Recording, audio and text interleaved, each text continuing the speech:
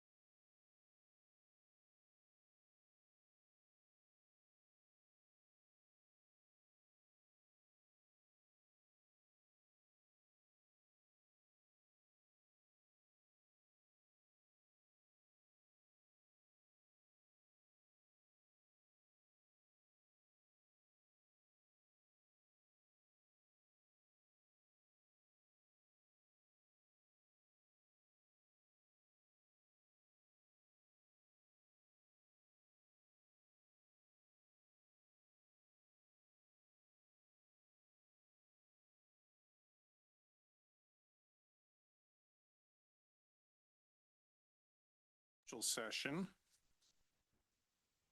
We've returned from the executive session. We have concluded our agenda items, and at this time, the special session will be adjourned.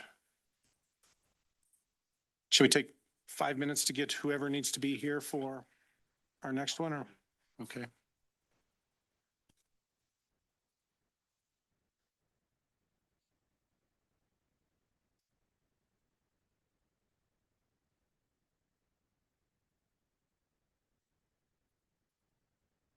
Tom, I had a question on this. We kind of have this structured as 4 items. Is that actually how we're doing it, or are we just doing 2? I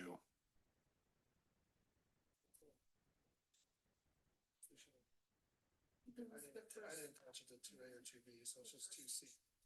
Okay. That's what I figured.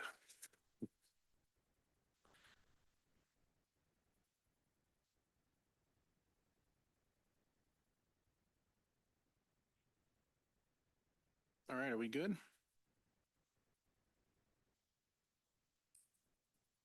Okay, I will call to order the Tuesday, March 25th, Timnath Town Council work session. Spears Garcia, will you take the roll? Yes. Mayor Robert Oxmacher, Present. Mayor Pro Tem Luke Wagner, Here. Councilmember Jeremy Holt, Here. Councilmember Bill Jenkins, Present. Councilmember Lisa Lake. Here. All right, all members are present and counted for.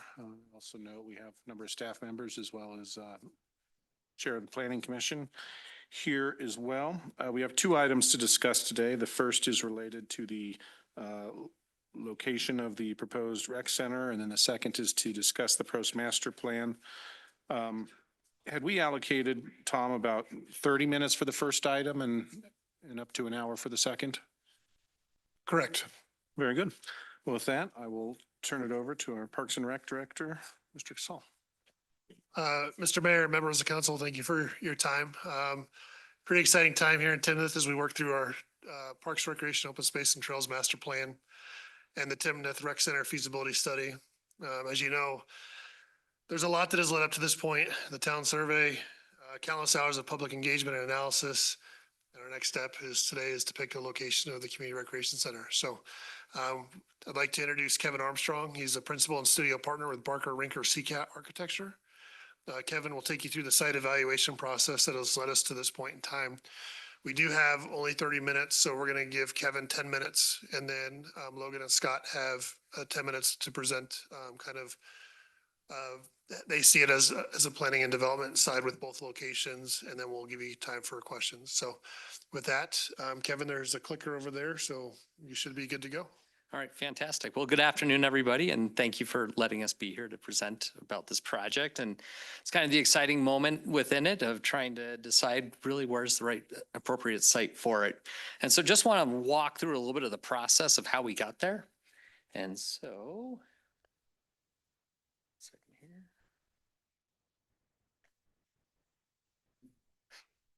Tom, could you just advance it to the next slide?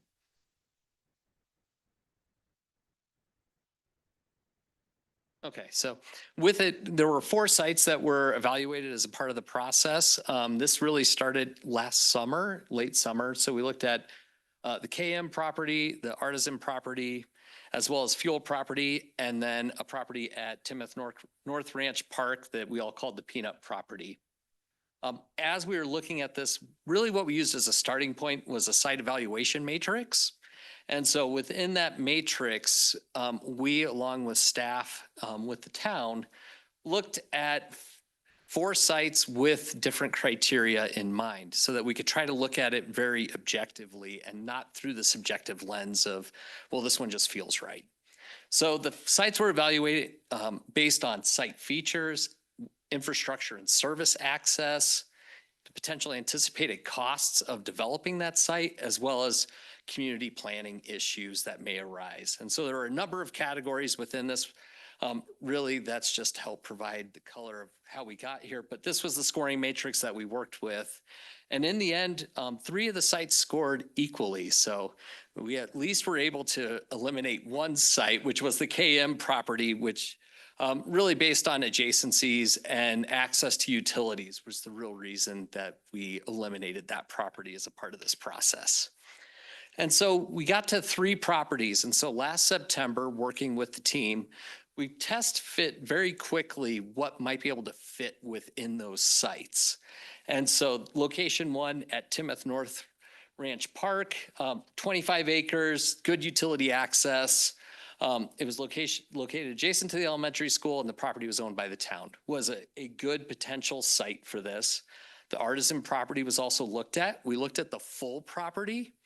And as we looked at the full property, again, there was good access to it, but really access would dictate the layout within this site. And then the third property we looked at was the fuel property just right over there. And when we were looking at that, it was within the existing metro district. But as we kept studying that property, we were looking at the configuration and basically how access would come in and out of the site. And as we were working through it, really that one became another site that we said, let's really focus on location 1 and location 2. And so that's what we're here to show you today.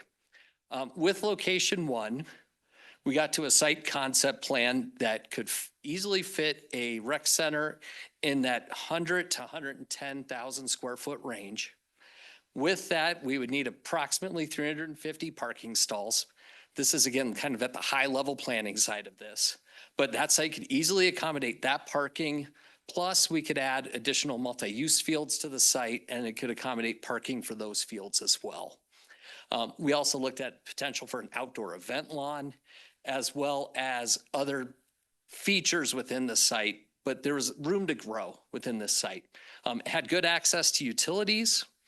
There's stormwater detention already within the site and adjacent to it.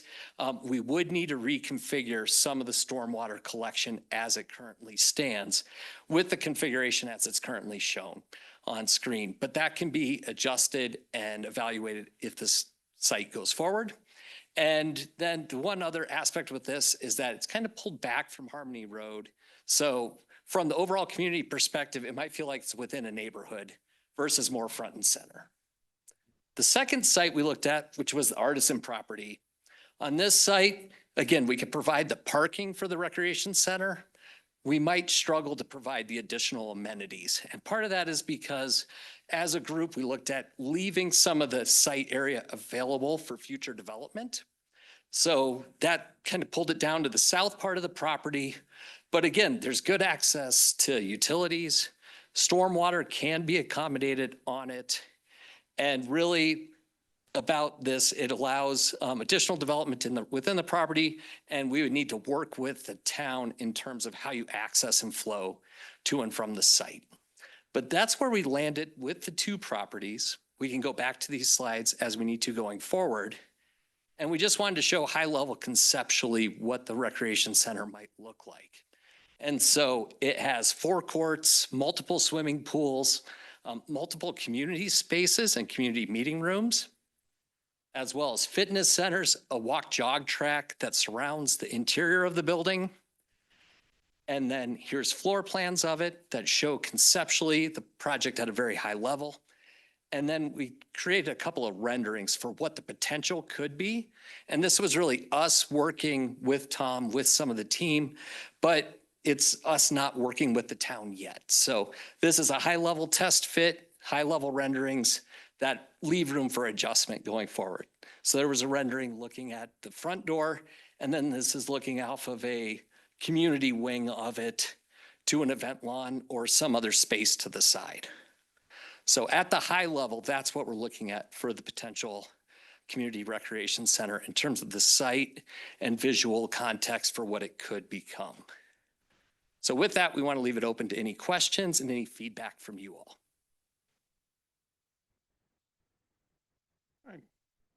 Questions? Either location, same size building, Same size building at both locations, Okay. correct? same amenities, same, I mean, nothing changes there. It's just the potential that at Artisan, you lose the soccer fields. And Correct. Let me ask a question, maybe Tom, on that. Regardless if the building gets built at Peanut, that's still scheduled to have some type of recreational fields at it no matter what, correct? Excuse me, Peanut Park? Yeah. Yes, it will be master planned to have a park of some sort. Of some sort. Yeah, Does it- and that'll be one of those things we need to consider when we're developing that park, Right. because there's a playground at the elementary school on the same piece of property, plus community park is not far behind, not Got far it. away either, but it's designed to be, it will be developed as a park if it doesn't become the rec center site. Would that, and again, maybe that's up for discussion, but would that park be more of a sports field park or more just of another park in a half-mile stretch that has a bunch of parks? Well, if you look at the master plan, there's definitely some needs for some sports Sure, parks. that's right. But is it the right fit? And that's one of those things where we need to engage the community, because we really need ball fields, but do we want to put ball fields in that residential neighborhood? So there'd be a lot of community out, there would, part of the planning process would to re-engage the community to see what they would want, knowing that Timnath Community Park is not far away and there's a playground at the elementary school with some turf fields as well. So I can't tell you exactly what Peanut would look like, because I'd like to go through a master plan process Right. with community feedback. Regardless if we build it there or not. Correct. Okay. And then can you pull back up the slide of Peanut Park? Absolutely. Okay, over here on the left where the pool is, that kind of bare piece of grass, any reason to not, is that just owned differently, or is there a reason why we don't bring that into the mix? Yeah, we don't own it. That's We part of don't the, own it. Okay. that's part of the, still part of the Metro District. Mr. It is, okay, okay, thank you.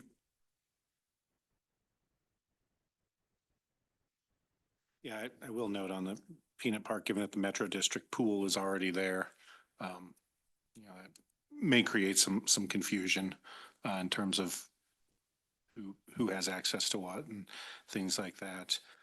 In your analysis, can you maybe talk about the pros and cons in terms of accessibility of both sites, both vehicle and pedestrian?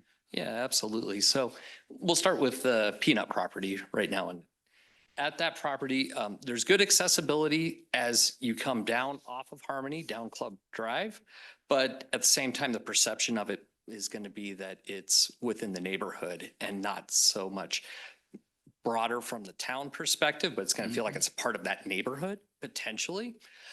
There will be trail access at this location. So from the pedestrian side of things, there is access at this spot for people to be able to come into it. On the vehicular side, it will impact Club Drive as it comes down. When we look at the Artisan property, this one may feel a little more connected to certainly to Old Town, and it's going to feel more connected to the broader community because it's off of the new Timnath Parkway. And then again, on terms of pedestrian connectivity and that recreation connectivity side, there will be trails and other things that can tie to this. So it will feel weaved into the community from that perspective. So I have a question with regard to this site. There's nothing preventing this 6.5 acre development area from being set up as a couple of ball fields if we wanted, correct? So, I mean, we're not locked into commercial development there. Yeah, that is correct. Actually, in our presentation, we do have a purchase agreement with the site that does have a constraint that says the site needs to be developed consistent with the Artisan Village. So when I get into my presentation, I can get into the purchase agreement that the town has with the property. Great. From what? Timnath Landings is part of that subdivision. The town purchased this property, and there is a requirement with the purchase agreement to be consistent with the Artisan Village. Except the Artisan Village was a quote, vision. I'm just providing information that's part of the purchase agreement, and there are some strings attached, which I will get into in our presentation. And maybe this is a good time to get into that stuff, and then we can circle back to the bigger picture.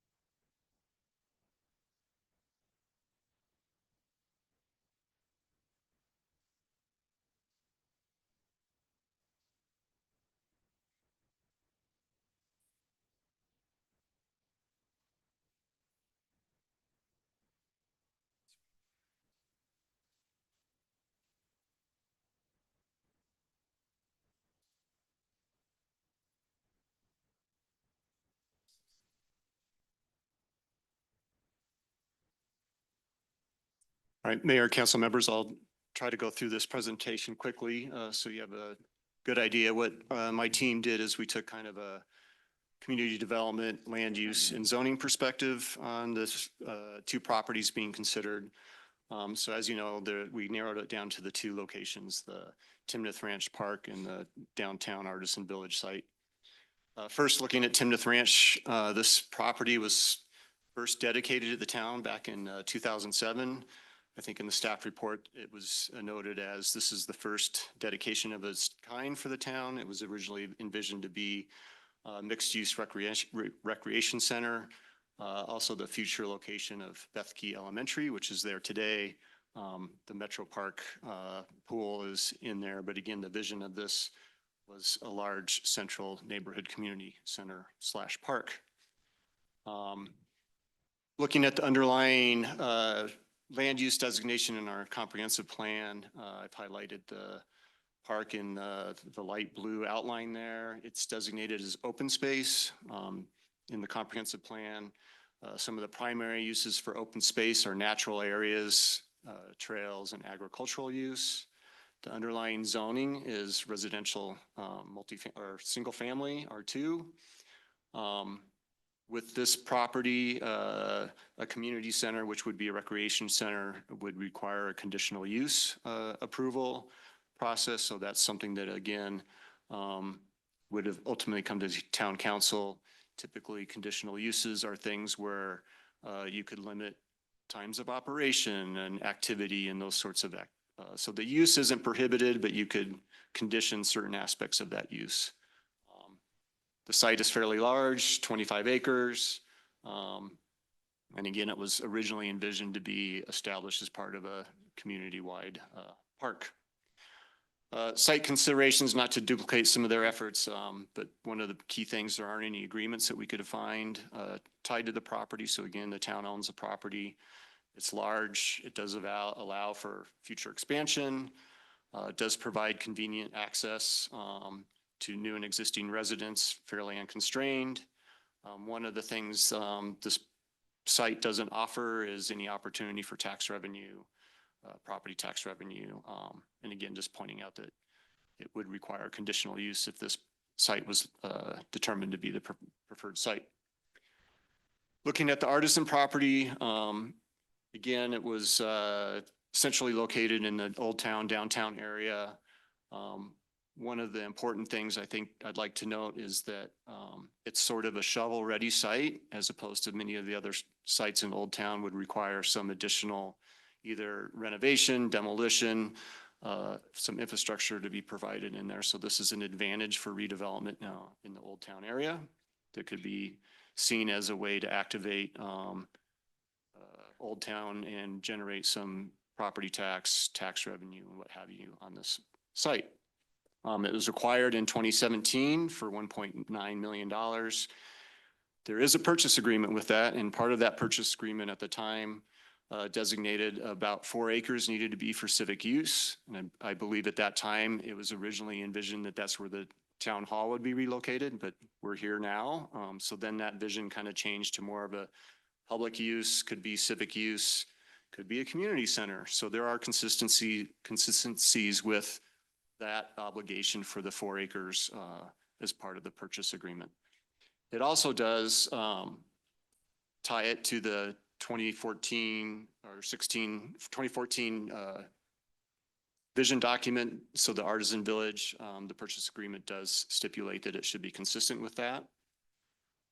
The comprehensive plan designates it as downtown core. Some of the primary uses of that land use are retail, employment, residential, and civic uses. It also includes parks. The whole site's about 17 acres.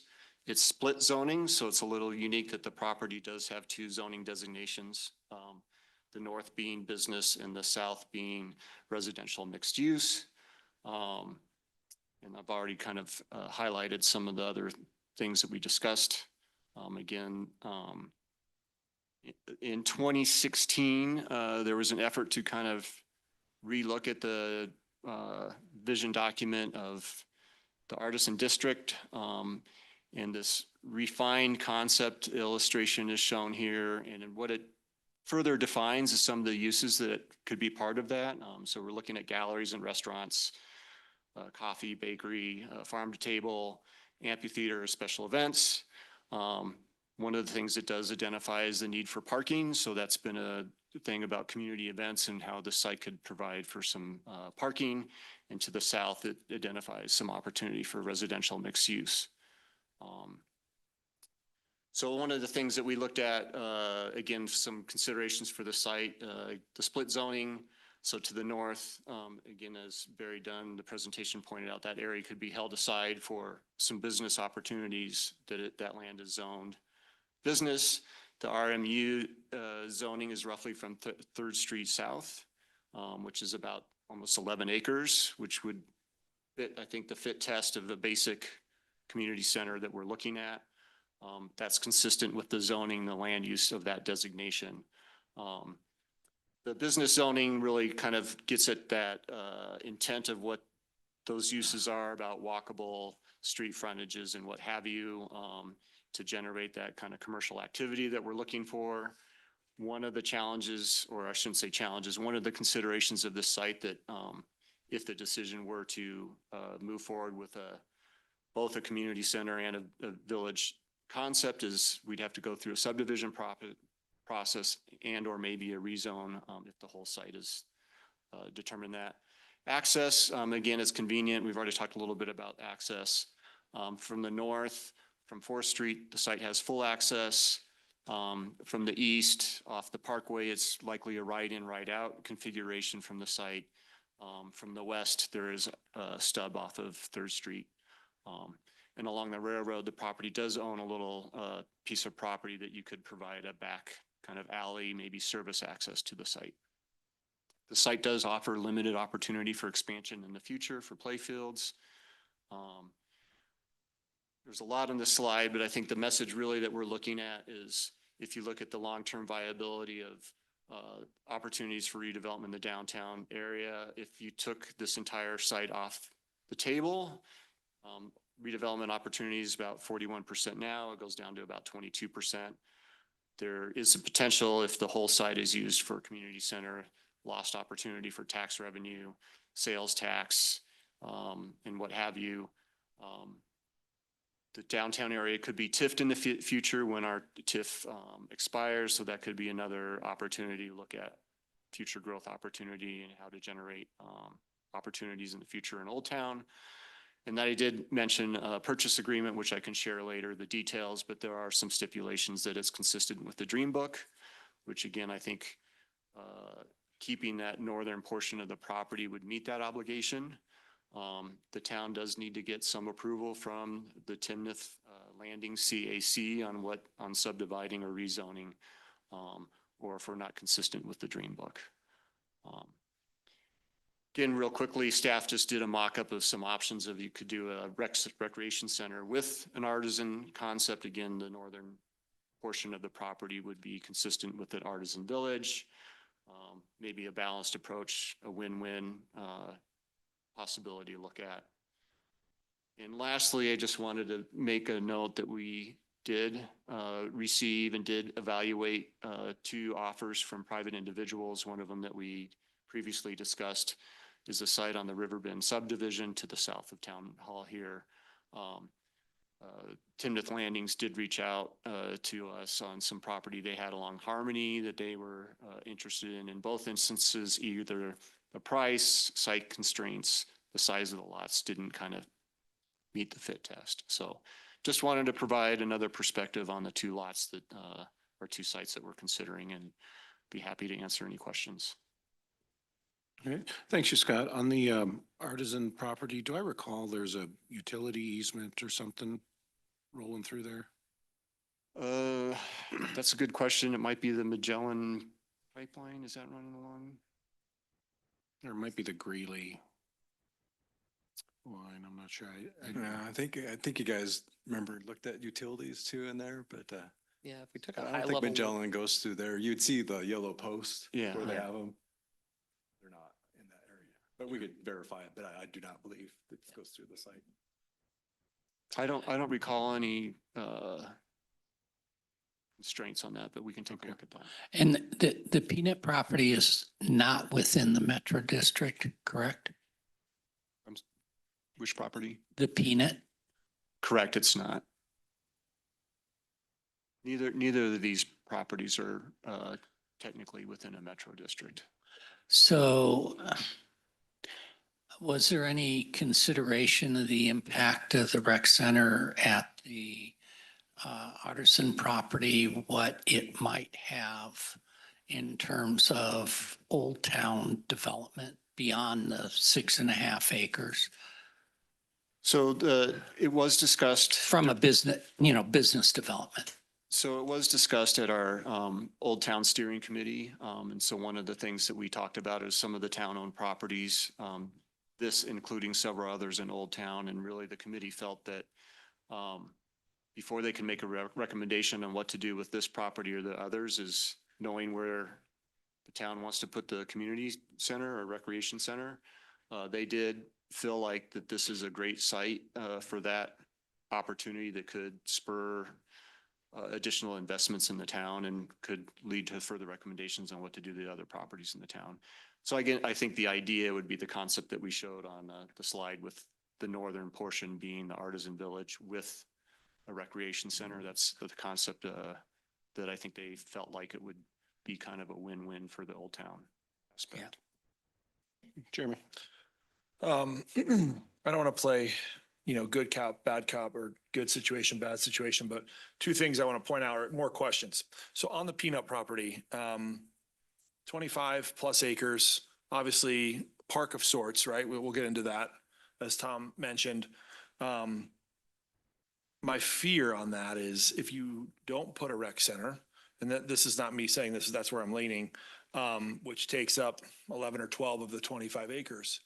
You're not going to fill 25 acres with ball fields and parks. It would be extremely expensive to do that, in my opinion. Just maybe I'm wrong there.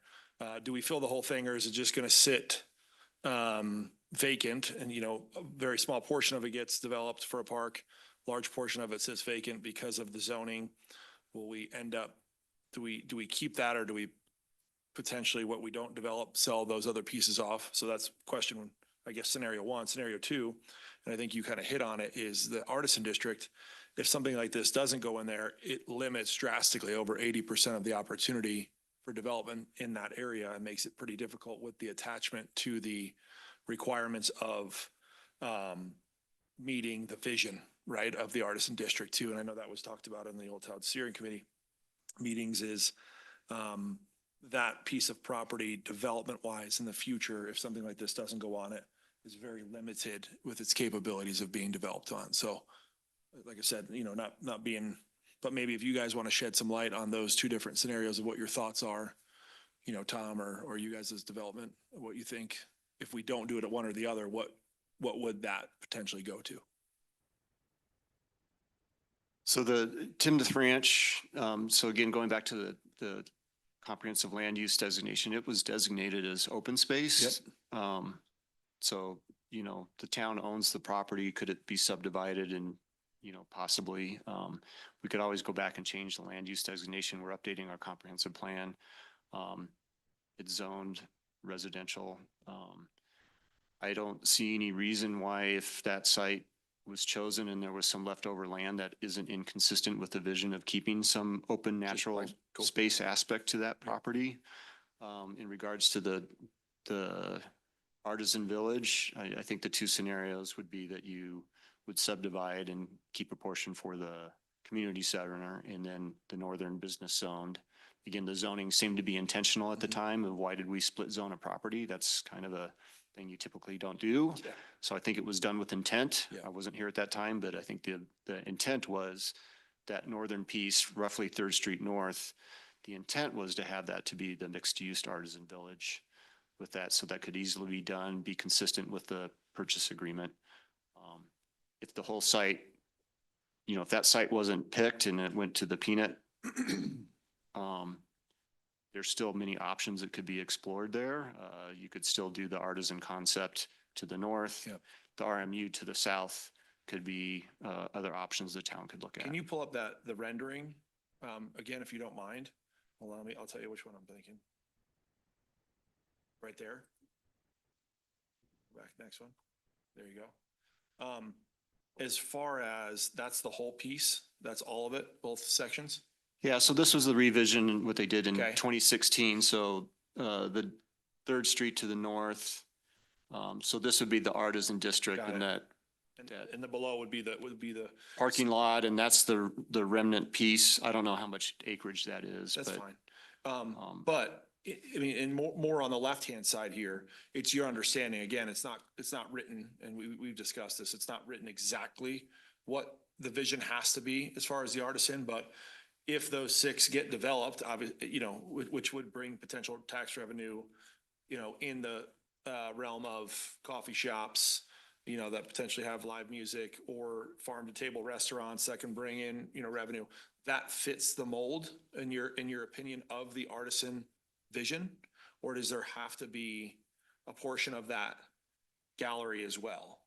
And no, I don't think, I think the vision's pretty broad that can include a lot of Restaurants, small, coffee it's, you know, shop, I think you're bakeries. looking at non-chain, smaller kind of businesses and what have Got you it. is really Okay. what the intent is. which will Not a also large, keep big people down in box. that area too. Yeah, not a large, you know, big box sort of retail establishment.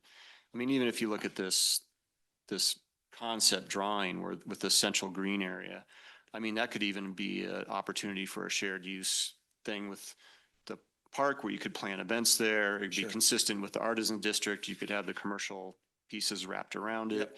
Yep. So there is some flexibility there where the southern half could be more focused on the community center. So, Yeah.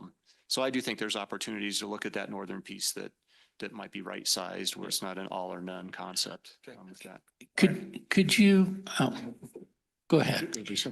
So you kind of answered this because I was also curious as to whether there was like a requirement as far as how much of that space was left for the artisan, but you kind of answered that a little bit. My other question was related to the access piece, and I know this drawing is prior to us having the parkway in there, but you had mentioned that it would be a right in, right out. So am I correct that the roundabout right now is that at 4th Street? Or, so if I were coming from like here and I was going to the rec center, I would get on the parkway, I would go past it to a roundabout and then come back. Is that correct? No, you would be able to turn left at 4th Street. So, Okay. so you would turn left at 4th Street, and then you could, in theory, I mean, we're not showing a road here, but you could Right. get to it there. Or you'd have to go all the way down to 4th Street, turn on Kern and come in that way. Could you put up the other one with the rec center on there? Because that's actually what we're talking about. That might be the other. That's the other Mm-hmm. presentation. Yeah.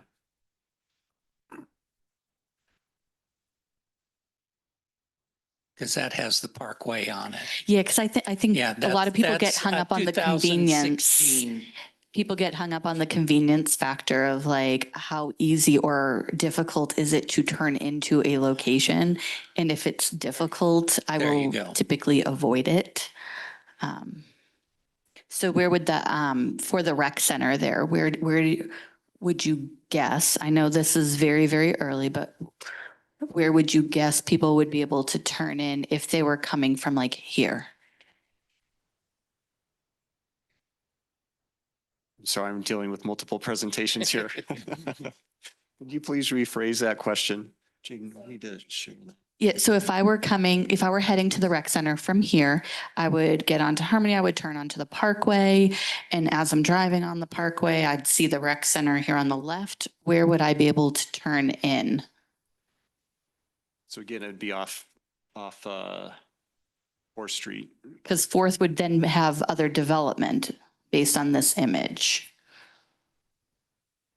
Yeah. So Would there there's- be a road from that development to get into the parking lots?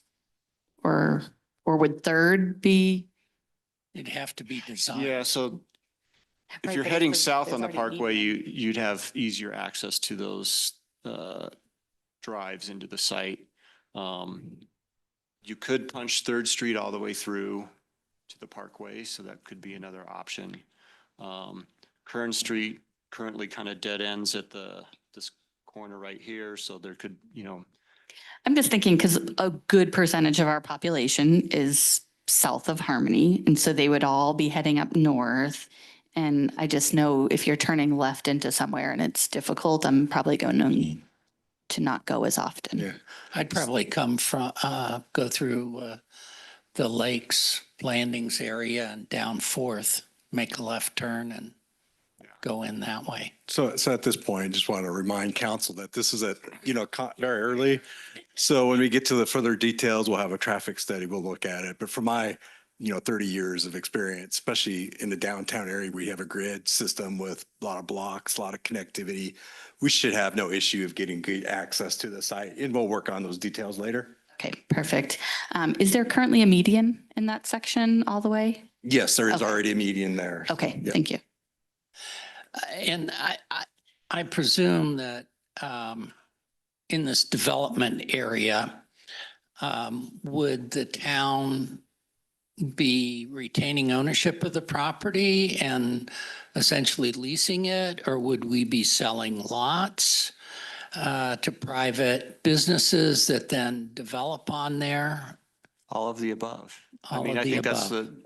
that's the advantage the town has with the property, since we're the owners. So we could structure any agreement that we would want to moving forward when those, Yeah. you could do a I just. lease agreement, long-term land lease where they, there's all sorts of structures. that you Yeah, could- I just don't see, without some catalyst, the likelihood of this property being developed anytime in the near future is I would think would be pretty low. I mean, the artisan village, it would require, to make it happen, you need traffic. In order to get traffic, you need multiple businesses. And to find a bunch of businesses that want to locate there without traffic coming there already is pretty low. Whereas if you had a rec center there, you've got a lot of people coming there on a regular basis. And now you have a reason to have a business because you got traffic. So, So let me jump in here. I do want to be conscious of our time, and I know we have another item to get to. And I know Mayor Pro Tem has some thoughts. I think this is a decision that we definitely want to get right, and I don't want to rush it. I think on one hand, there's the flexibility in the greater space of the Peanut Park that allows us a lot of options, but also the artisan property is very attractive in terms of being able to do something potentially special and activate Old Town. And I don't know that's an easy call. So what I might suggest is, and I know we don't want to delay this forever, but maybe chew on it for 2 weeks. I also know that the Old Town Steering Committee is presenting in our normal agenda, and they have some thoughts on this. I definitely want to hear those. So I don't know how people feel about that. yeah, just to be clear, there's no opportunity for commercial development at the Peanut site, period. Currently, as it's zoned, no, that there is not.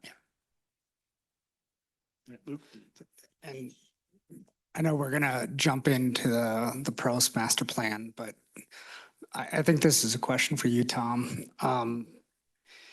In these focus group feedbacks, the feedback groups, there was a group just for the rec center, and there's a lot of feedback on this. Can you maybe touch on the idea of, I was reading through it, the idea of maybe this active and passive for the rec center. I was reading it, and where did it go here? Sorry, for the rec center, I'm on, So, do you know what I'm talking about? well, I could just say, if you look at this schematic, and obviously things will change once we actually really design this. The passive side will be what you see over here on the left-hand side, which will have meeting rooms. It'll have some classroom space. Okay. So we'll be able to do arts and classes. It'll be separate from So that would be more the passive side, and the active side would be, where the gyms and the pools are. We are going to have that fitness area located on the first floor. It will be a weight room. Perfect. So it's not actual field space when we talk about like, because one had the event lawn where you could sit out. So that's actually within the rec center. We're not talking, those feedback groups didn't talk necessarily about outdoor space. Was there any feedback? That's what I thought active and passive meant. I didn't realize it was in the building. in When it terms of comes that. from inside the building, that's what, there's an active and a passive Okay. spot. And the passive stuff would be like, Thank you. there's a senior lounge, potentially an event space for events hall where we could do, Okay, dance classes, but we can also host meetings. okay. We could do artisan, like, Okay, thank you. That was my confusion. So in any of those feedback or anything that you heard from the community, was there a desire with this rec center to have ball fields there? Was there any desire to have like that event lawn? Was that in any of that you got in those feedback or that kind of the difference between these two locations? I mean, when you look at the survey, I think it's just a general needs across the board of what we need and where those locations are. I don't think it's really specific. Okay. So I'll introduce Ryan, who he's the one who did a lot of our public engagement. This is Ryan Haggerty. He's with Barry Dunn. He did a good chunk of it. And he was going to lead the next presentation for the Post Master Plan. To your question about the active and passive use, from those focus group conversations, Tom's right. The interest was in not just having a recreation center for people looking to work out or swim laps, but they want to have those spaces to mingle, arts classes, cooking classes, other types of activity. There wasn't anything specific in terms of co-locating baseball or soccer fields with the recreation center. And we certainly see both models, standalone recreation centers or recreation centers that are integrated within a larger sports complex. Either can work, but typically people are going to the rec center for the amenities that are offered there. I think, the ability to spill out into an event lawn is an advantage, but it wasn't something that was specifically noted from the community engagement. Thank you. There'd be no reason why you couldn't have an event lawn or a patio area as part of the artisan village, because if you're trying to create a village concept, you got to have some outdoor open space. Otherwise, it's just storefronts on a street. So you could have it spill out into an open area there too. Can I ask just one more quick question? So was there anything known right now about either property that would increase the cost of building on it?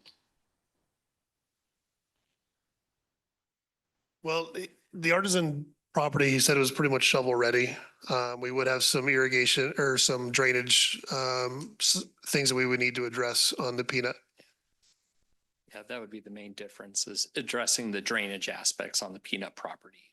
Because right now that drainage goes basically right down the center of the property. So needing to shift it to one side or the other would be the main cost. Are we set, even the artisan district? I know there's some potential changes needed in the drainage for Old Town. Is that figured in this, or is that separate? Is this area far enough away that won't matter? So the artisan village, they'll have to do on-site detention. Okay. Yeah.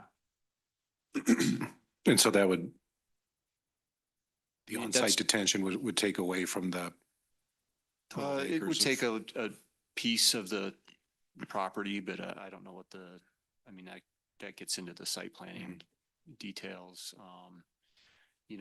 Parking is another one. We can all look at what the parking requirements are, and I'm a firm believer of less parking's better, but I know that our code tends to have set a pretty high standard on what parking standards are. So shared use, again, with the artisan district and uses, there's opportunities to maybe better utilize parking spaces than maybe having them separated. So there's opportunities to look at those ways to use that site efficiently when it comes to stormwater and parking and shared lawn space, or is it a band shell, or for small concerts and whatever that, might be opportunity for both the community center and the Artisan Village. Okay, thank you. Are folks comfortable chewing on this for Mr. 2 Mayor, weeks? if I could, Tom, jump in if I'm wrong, but I would suggest the priority would actually be this discussion versus if one of these had to slide, I would suggest you actually push on the update for the master plan versus deciding on a location. Tom, if I'm out of line, you tell me, but No, like I said, we were a little bit behind the 8 ball when we got beyond your base on schedule. They really think that we need to have this hammered out, especially when we're going to be having some meetings with the public, and they want more time for public engagement to send out surveys and things of that nature. So this is a pretty big piece of what they wanted. so I would suggest identifying location would be the priority versus giving you an update for what that's worth. Okay.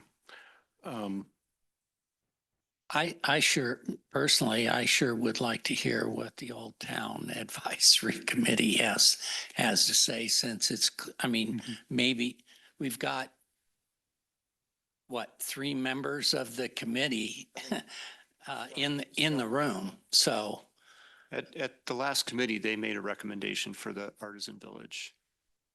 they did. Yeah. Yeah. So Okay. we operate on consensus, but it was very clear that they felt like it would stimulate other economic development within Old Town. And again, I think that's with the concept of a rec center with an Artisan Village. And if it did, it would also help pay for it. Potentially, if there's property taxes and sales taxes associated with new businesses. Okay, well, the suggestion is that we push forward with the discussion. Are folk, do they feel like they have the information they need to do that? Can you go back to the parking numbers again? I just want to see what that looked like. Again, I'm sorry, 350. And what was the other one for Peanut? So it's the same. Okay.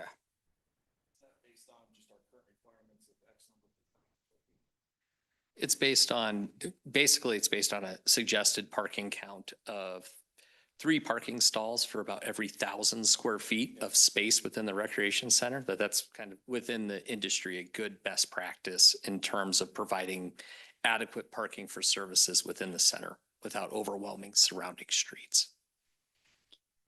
And does that meet our current requirements?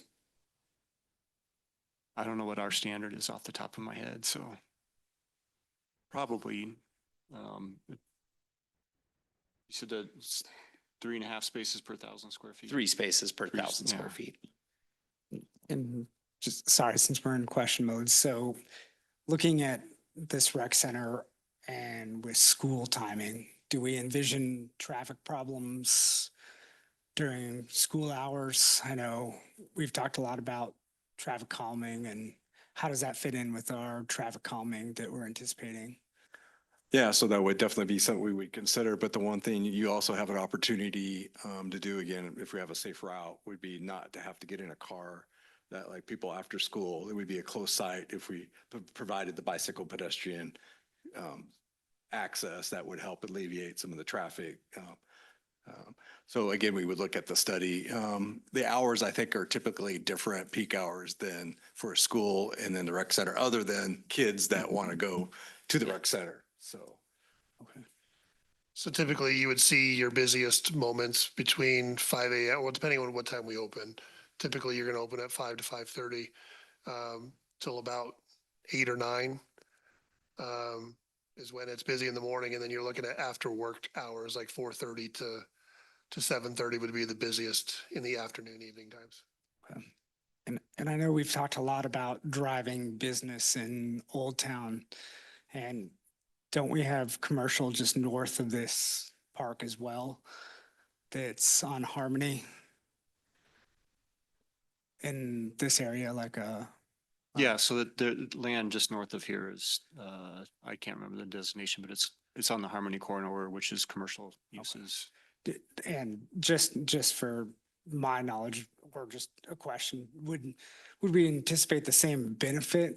Like if it's in downtown, and I know it's not apples to apples, but would we anticipate that that this would help drive any kind of commercial along Harmony, or is it so different that it wouldn't matter? If we put a rec center in this location, would it help spur development to the north of this? If we decided to put a rec center in this location? That's a great question. I think the large factor along Harmony is vehicles per day. I mean, that's your deciding factor. I really don't think, my personal opinion, I don't think the use of a rec center is going to change that equation along Harmony. It may change the equation in Old Town, but most developers are looking how many vehicles are going by on Harmony and the access to Harmony. So I don't know if that would be a one that might push somebody over the top. Like, yeah, I'm ready to open my business here now that there's a community. It may, I don't know. It just kind of depends. I mean, I think a good example is, the strip commercial we have over here across from Town Hall. Those units are slowly filling up. And so that's a build it and they will come model, where Ladera operates on a different model where they try to get a user to come in and ink a deal, and then they'll lease the land and build or whatever. Do you think it would change the mix of businesses? Like, so Old Town kind of has their, kind of their business model down there. And I'm generalizing, I understand, right? So if we looked at a recreation center, is there an idea of businesses that, because, right now we've got a gas station up there, a liquor store north of this area. I'm not exactly sure what developments are coming or planned in that area. Would it change the feel of this area, like for the businesses? Again, just asking general questions, or is it still Harmony Corridor? It doesn't matter, kind of look on it. So the Harmony Corridor does have the design overlay, so the look and feel, no, it won't change. Now the type of business, again, I don't think this would necessarily change. What it might do is, if again you had a strip commercial, maybe it might capture, a unique business that might be willing to locate there because of it, but it's pretty small in my opinion. When you look at the Old Town, the biggest barrier for smaller businesses is cost of construction for new is so high right now that it's pretty hard for a small business to jump into that model. So really the opportunity to look at existing buildings to rehab or move into that is probably more realistic for some businesses in the Old Town area, as opposed to here, we're looking at all new construction along here. So along Harmony. Sorry, can I? Yeah, please. Please keep going. And so when we talk about traffic, right? What kind of traffic are we looking at per day that we can anticipate for Old Town? If we put this in Old Town, what kind of numbers would we see? It's hard to say. So I know in Fruto, where we came from, a community of about 14,000 residents, we were seeing close to 1,000 during the week and then 12 to 14 on the weekends. But there's a lot of things where it's not just going to work out. So you're bringing your kids to swim, you're bringing your kids to dance class. So typically maybe just shy of 1,000 during the week. And then on the weekends, throughout the day, you'll see a total of probably 12 to 1,400. And that was our experience in Fruta, but yeah. And that was the only regional rec center. So Grand Junction didn't have one at the time. Yeah. Just because you spurred a moment that I don't want to go away. When it comes to those numbers, and we're not going to hold you to those, but how many of those do you think are Timnath and how much outside potential? Because again, if it is in Old Town or here, whatever, right? I mean, driving traffic to Old Town, what do you normally see as far as a recreational center? Is it 80% residents of the town, 20% external, 50-50? I mean, are we getting new traffic that might not normally come if we don't have that? So we actually did some research with what Windsor's seeing, so. Okay. And it's actually, that's in that information that you were given. Oh, sorry. So Tom's estimates are right in line with the numbers that we are seeing.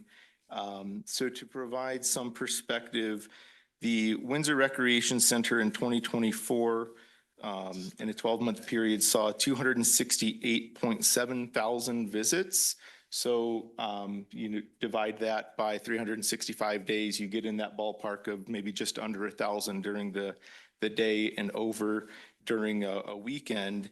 And the other thing we looked at is where people are coming from when they're visiting Windsor and Eaton recreation centers. And that was really interesting. Let me just find the appropriate spot on here. I may not have it in this version. So off the top of my head, I know that, for example, the Eaton Recreation Center, most of their visits were coming within a few miles of the center, as was Windsor. It is highly local, so we looked at the zip codes and we wanted to see how many people from Timnath zip code were going to the Windsor Recreation Center or Eaton. And for Eaton, it was less than 1% of their overall visitation. For Windsor, it was 4-point-something%. So it is a small number. So it is a highly local attraction, but also highly used, similar to the numbers that Tom gave you. Okay, thank you. So before we jump into discussion, does anyone else have questions? Does someone have a little more information of, so I read the public referral comments about the Old Town Steering Committee. Can someone give us a brief description of what that conversation looked like and how strongly they felt about putting it in the downtown area? I can, yeah. I think obviously the overall consensus, if you're on the Old Town Steering Committee, you're in favor of revitalizing Old Town, right? So let's put that out there to begin with. That's everybody's goal of that group, is to do what's best and bring life to bring it to Old Town. But I think everybody was in consensus there. I mean, there was very thorough discussion as to the potential concern, the safety issues with the Timnath Parkway, and what access of people walking, and to Justin's point, I mean, those things get figured out, right? As in the build out, do we punch through third? All that good stuff. But I think the activity and driving people to that site and the potential, revenue of creating, 3 to 4 or 5, whatever it may be, additional businesses in that other 6.5 acres will then potentially bring other businesses. And so even though that whole space will be new construction, I mean, ultimately, right, to develop, but that might bring a person that can get a rehab opportunity or whatever it may be. So I think the space, the traffic, I think, and Luke hit the nail on the head, driving more traffic to that area. So it was mainly because it could act as a catalyst, not necessarily because that is the best space for the location. Is that correct? I think a lot of people, I think it's a combination of both. I would say 75-25, 75% probably, it might just, from my understanding of those meetings, of driving, having it that be the right space because it fits there. The fact that, and that I think, you can even go to the description. We don't need to go back, but the fact that the building actually has some of those art classes in it, some of the gallery potential, the space, that extra room outside of just the gym piece, that's a big aspect of it, and the potential for the outside venue. So that was a big driver, but go ahead if you want to add into that, Luke. And I'll encourage Phil to step up here if he has any other comments about it. But I think if one of the comments that and the committee is what happens to it long-term in that artisan without this being developed. Kind of when we talked about the properties is, does it become a long-term development then? Is it 8, is it 10 years that there's something that comes in there? And then what is the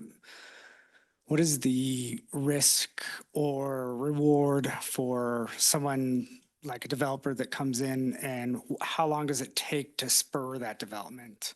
So I think that was the other consideration that was talked about. So Jeremy's absolutely right. I think everyone was in support of it. It was just, is it a now thing? And we thought that this is the best way to do a now thing. And that the site plan, the fit wasn't a consideration. It was the, how do we spur the revitalization? We didn't have any of this information. Yeah. So I guess I'd, of course, ask everyone to listen to all perspectives and be open-minded, but does anyone want to jump in and advocate for a position? I can start, but I don't know that I'm advocating for a position because I see benefits to both locations. I think for me, I'm trying to look at both locations at the same time. And I have a little bit of worry about if it goes into the downtown area, what happens to that? I have a hard time picturing that the peanut area being developed. Whereas if we put a rec center in the peanut, I could see the artisan eventually be becoming developed. So that's one of the concerns I have, is that I feel like putting it in the peanut space utilizes both properties a little bit better. But I don't know that I have a strong feeling either way, because I also see the benefit of putting it in Old Town and that acting as a catalyst to then bring in businesses, which obviously is a priority that we've talked about as well. But if that happens, then I just kind of wonder, does that other, basically it's kind of a natural area. So I feel like that would be a less utilized space if that were to happen. But I don't necessarily feel strongly with us going in one particular direction. Well, I'll take exactly the opposite perspective on it. I think the peanut area be pretty easy to develop ball fields there, open space. Less infrastructure is required for open space for a ball field as opposed to a developed site. I think the likelihood of commercial coming into Old Town without a traffic driver, not in my lifetime. I really don't. You might get somebody moving into one of the old buildings there and rehabbing it. But in terms of turning it into a viable downtown area without a major traffic driver, I really don't see it happening. And 17 acres owned by the town, what developer is going to come in and say, gee, I want to put a coffee shop and a restaurant here and a wine bar? It's not going to happen. Jeremy? Ditto to both. Right? And that's why, that's why I started the conversation with your exact. I do agree with Bill that knowing that space yes, it can be rezoned, but right now it's not revenue generating space. We can build fields. We can make that a central hub down the road. My more immediate, I know this is an immediate want and need of the community. And I think the best place, in my opinion, and I guess I'll make that recommendation. My recommendation would be to move it into Old Town for several reasons. It kick off to the revitalization. I think it fits the mold. I think you can actually take that 6.5 acres, whether we develop it or talk somebody else into developing it to fit the artisan aspect of it, the community outside.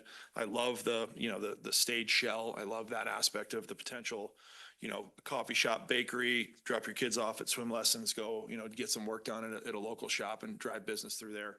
I think for those reasons, knowing that the parkway is established, it's up and running, we can get into the specifics of, punching through and all that down the road. But I think either site is a phenomenal site, but for the immediate impact, I think there's a better immediate impact at the Artisan District than there is at Peanut. Mayor Pro Tem? Gosh. So what I'm excited about first and foremost is I don't think we can go wrong with either site. So I think that that's great. appreciate the work that staff has done to get us to this point and the research that's gone into it. So I'm glad about that. Although it makes the decision hard, I'm glad we don't have to, feel like that this is going to be the worst case scenario, that we have to pick two bad sites. I think if I could walk through in my mind some cons about each site, with the downtown, if I remember the presentation correctly, I think we had there was some possible land use, some conditional use, some maybe, I think it was presented that there might be some building requirements that might change, like we might need or change things that might drive up some costs. So I think that was a con for me. In terms of the peanut park, I think some cons there is it's, as we look to proximity, south, we've got our community park pretty close to there. I think that, that area could be not ideal with the drainage, could drive up costs. You never know what you're getting into. So I think that's tough. And I think, so I think that could be tough in terms of pros for the downtown area. I do like the opportunity to revitalize Old Town. I think it will drive more activity. I think that's a plus. I do like we're a little bit north of Harmony on it. I like the idea that has already been raised about the smaller shops possibility, the artisan. As far as Peanut goes, I like the idea that we would have possibly fields there. So I really like that. Oh gosh, in terms of the decision for me, I think in terms of my recommendation, I would say if we are looking to an immediate need, I want to go back to Peanut Park. I think I've heard from in my council chats and what I've heard from the community is that park area has been changed. It's been promised. There's been things that have, the community has said, well, at one point it was going to be developed pretty quickly. We've continued to kind of push that development down the line. I know that park was in our capital plan and then we moved it back. So again, a con of, I think the downtown would be that if I would encourage this council, if we do put it in the downtown area, that we maybe move up in our capital planning, or future councils move up in their capital planning, the development of that other one in some way. If we can move some money around so that that neighborhood and that community gets to move forward with that. And I know lots of houses are going in there now. So one of the reasons why I was supportive of kind of moving that capital back is because that whole development had been delayed.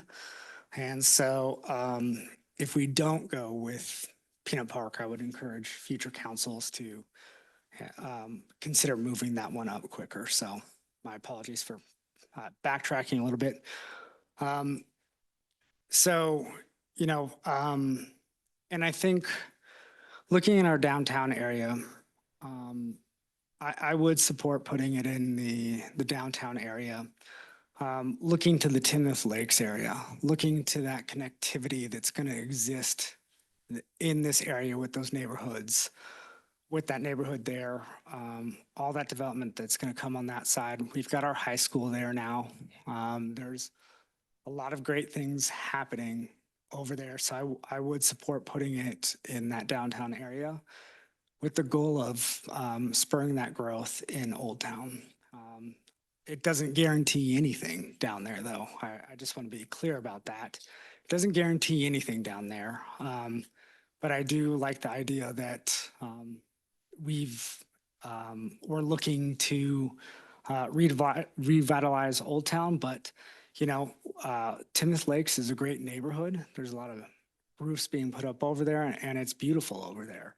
So not only is it for downtown, but it's also for that neighborhood over there. And so I think that I would support that with the idea that I would really like to move up the investment in the park in Timnath Ranch. First, let me say I appreciate all the thought and work that went into presenting these options, and I really, really appreciate the perspective of all the council members. This is a decision that we are not making in a void. We're giving it a lot of serious thought. I think on one hand, there's a safe option, and the safe option is to take the larger piece of land and have the flexibility that goes along with that. And then there's the bold option. And the bold option is to capitalize on an opportunity to do something that's special. And I guess my question is, are we building a generic rec center, or are we building something that really says Timnath and is special and is unique to Timnath? And when I look at that, I look at what currently surrounds the Peanut Park. We already have a large community park. We already have multiple Metro District aquatic facilities and some small workout facilities. So that need is kind of already served in that neighborhood. If you go over to Old Town, none of those needs are currently being met. So I'm going to ask council to support Old Town, and let's make a bold decision that 20 years from now we can say that this decision made a difference to the future of Timnath and Old Town, and that also we are talking about a Timnath rec center, not a neighborhood rec center, but a Timnath, a town rec center. So I'd ask council to support the Old Town location. Any other thoughts? Yeah. I also think that if you look at where the population center is right now, it's kind of towards the south, towards Timnath Ranch, but with the lakes development, you've got 1,000 homes going in there. You have the stuff to the north. You have Fisher Farms potentially with, it's going to take a while to develop, but another 1,000 homes. And so it seems like this would be more centrally located. 10 years from now, if you look at where the population is, the growth is all happening mostly to the north, with the exception of what's left in housing within Timnath Ranch. It's mostly commercial coming in Timnath Ranch. So I don't know. I think you're right. It's a bold move to put it there for sure. And I agree, doing something with that open space to make it usable sooner rather than later should be on our radar, even if the consensus is to put the rec center in Old Town. I think we need to have the Peanut property on our radar for open space development to make it usable. So. Council, are we in agreement? Yes. Old Town?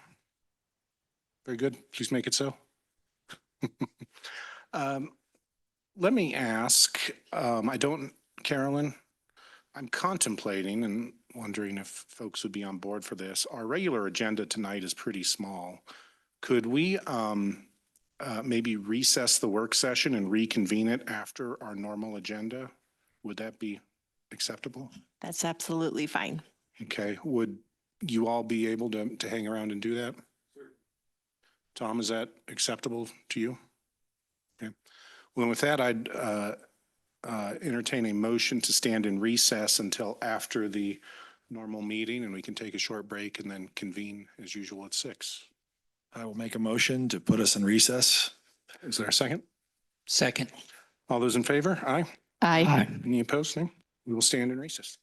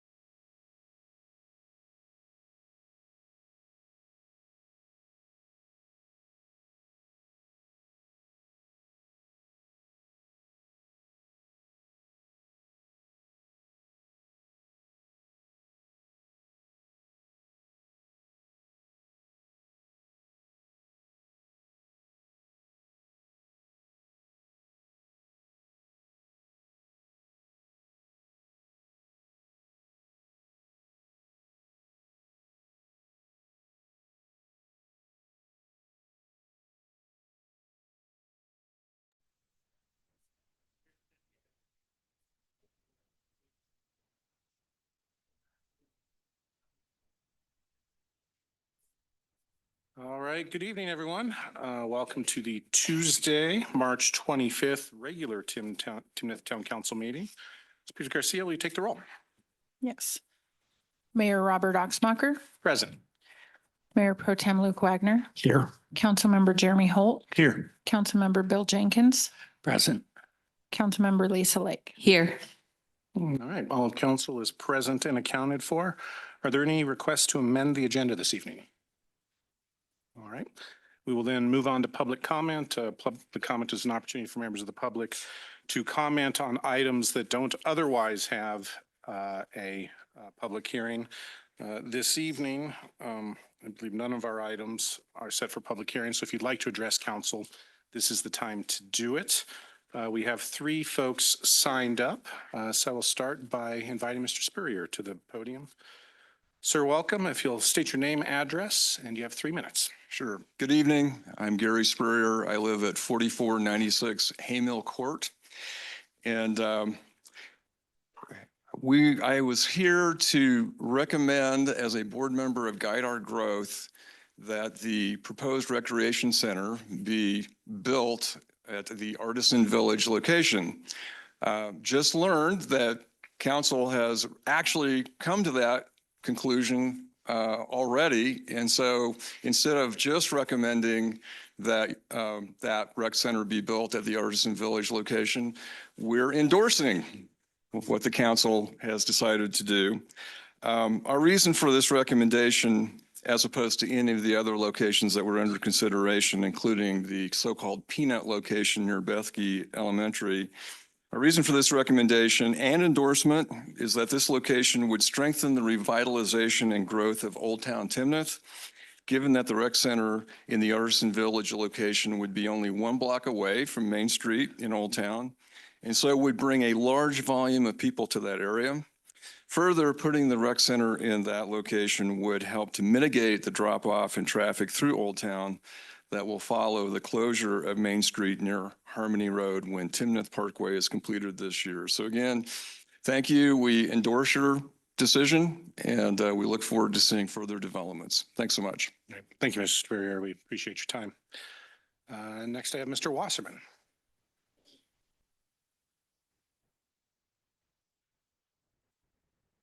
Evening, Mr. Mayor, council members and staff. I'm Matt Wasserman, and I live at 5250 2nd Avenue in Timnath. I'm speaking tonight on behalf of Together for Timnath as a board member and the organization's treasurer, and we offer a strong endorsement for the proposal brought forward by the Old Town Steering Committee to move Timnath from aspiring to achieving level in the Colorado Main Street program and to form a dedicated nonprofit organization to lead this effort. This is a strategic and thoughtful plan developed by the Old Town Steering Committee, and we commend their work. It's a proposal grounded in community input, aligned with the Timnath Comprehensive Plan, and inspired by successful models such as Wellington, communities like Wellington. But more than anything, it's a wise investment for the future of Timnath. Downtown areas shape the identity of a town. They tell a story not just to visitors, but to residents, investors, and future generations. Today, we have the framework of a vibrant downtown, and what we need now is a leadership structure and a coordinated action plan to realize its potential.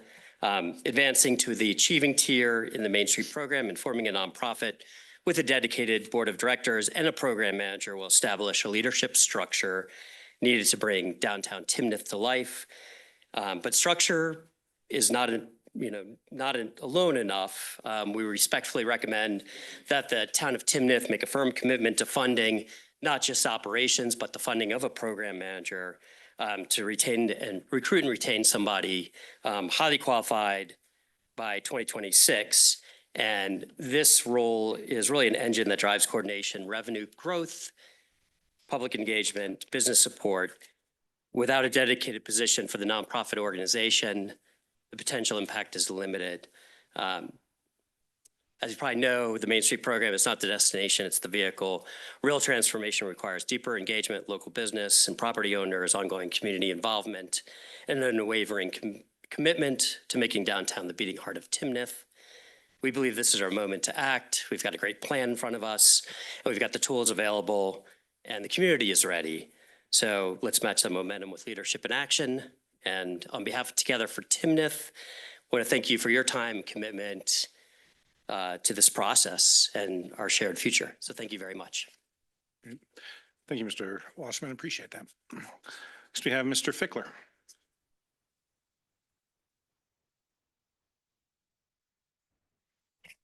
Good evening, Mayor Axmacher, council members and staff. My name is Wade Fickler and I reside at 4029 Kern.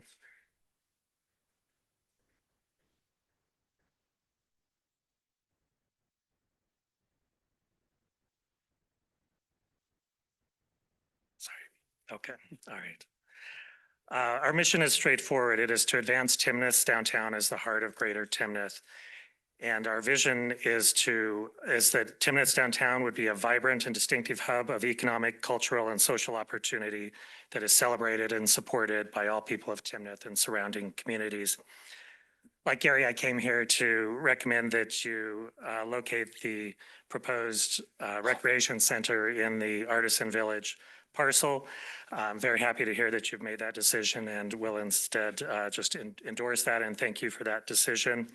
It's a wise decision because of the central location of this land and its proximity to downtown. This decision will help unite Timnath's disparate and detached neighborhoods, and it will be a catalyst for revitalization of downtown. A public investment of this magnitude will be a significant and highly visible commitment to building a vibrant downtown, and it likely will draw much needed capital from private developers, much like the North Azatlan Community Center did in Fort Collins. The decision to locate the recreation center on the Artisan Village will also be an incentive for the residents of Saratoga Falls, Kitchell Lake, and other northern neighborhoods not yet built to drive south of Prospect Road and take advantage of the Timnath business community. In addition, we encourage you to think broadly about what this facility could be. And we encourage you to think about the full range of social, cultural, and economic needs of the community and build what we would call a community center that includes recreation facilities. For example, you could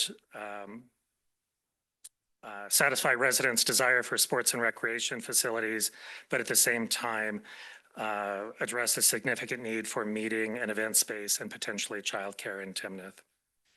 So thank you again for your decision related to the recreation center. We hope it moves forward at the ballot and we'll see where we go from here. Thank you. Thank you, Mr. Fickler. Next, I have Mr. Strakota.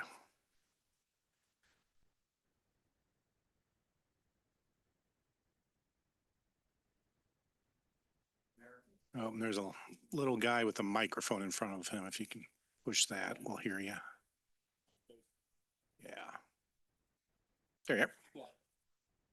Thank you, Mr. Mayor, council members. I'm Dennis Strakota, reside in homeowner at 5051 Brule Drive and the Trailside neighborhood. So I just wanted to reiterate my gratefulness that you are moving forward with the downtown location for the rec center. Living in Timnath in Trailside neighborhood, I think I speak for my fellow neighbors that the extent of our parks are 2 storm retention areas. And we would love to have a facility that we could actually walk to be able to partake in activities. The other thing I just wanted to very briefly address, and I'm sort of getting ahead of myself and you, obviously, this facility is going to has to be financed with some issuance of debt, most likely sales tax based debt. And I think that it would be important to do an assessment of the town's fiscal capacity, determine whether or not the other needs of the town, programs and services and capital projects that are not fully funded now could also be funded through the sales tax increase.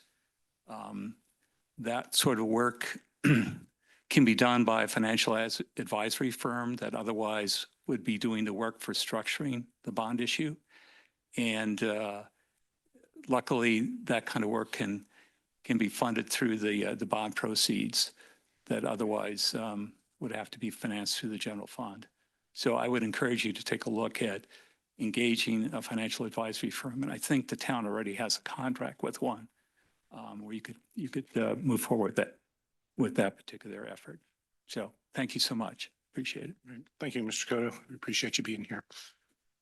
Those are all the folks that have signed up, but I'll ask right now if there's anyone present who did not sign up but would like to address council. All right, I see no one, so we will move on now to our consent agenda, which consists this evening of just approval of the March 11th, 2025 Town Council meeting minutes. I will note the Mayor Pro Tem noted a correction, and I think that's been reflected in everyone's packets. But at this time, is there a motion to approve the consent agenda as read? I move to approve the consent agenda. Is there a second?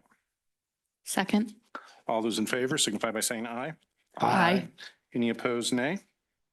Consent agenda passes unanimously. We'll move on to mayor and council reports. I'll start with Councilmember Jenkins. I have an update tonight. Thank you.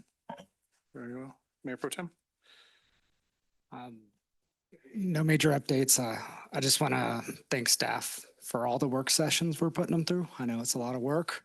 So I know everybody has families and they've got a lot of other dedicated time commitments. So thank you for all your work, and thank you, Carolyn. Thank you, Aaron. Thank you, Melissa. Thank you, Mayor Pro Tem. Councilmember Lake. I just have one quick one. The Prost Committee is accepting applications through April 4th. We already do have a couple of applicants for those positions, but if anyone else is interested, just remember the deadline of April 4th, and we will be moving forward after that time. Thank you. Go ahead, Councilmember Holt.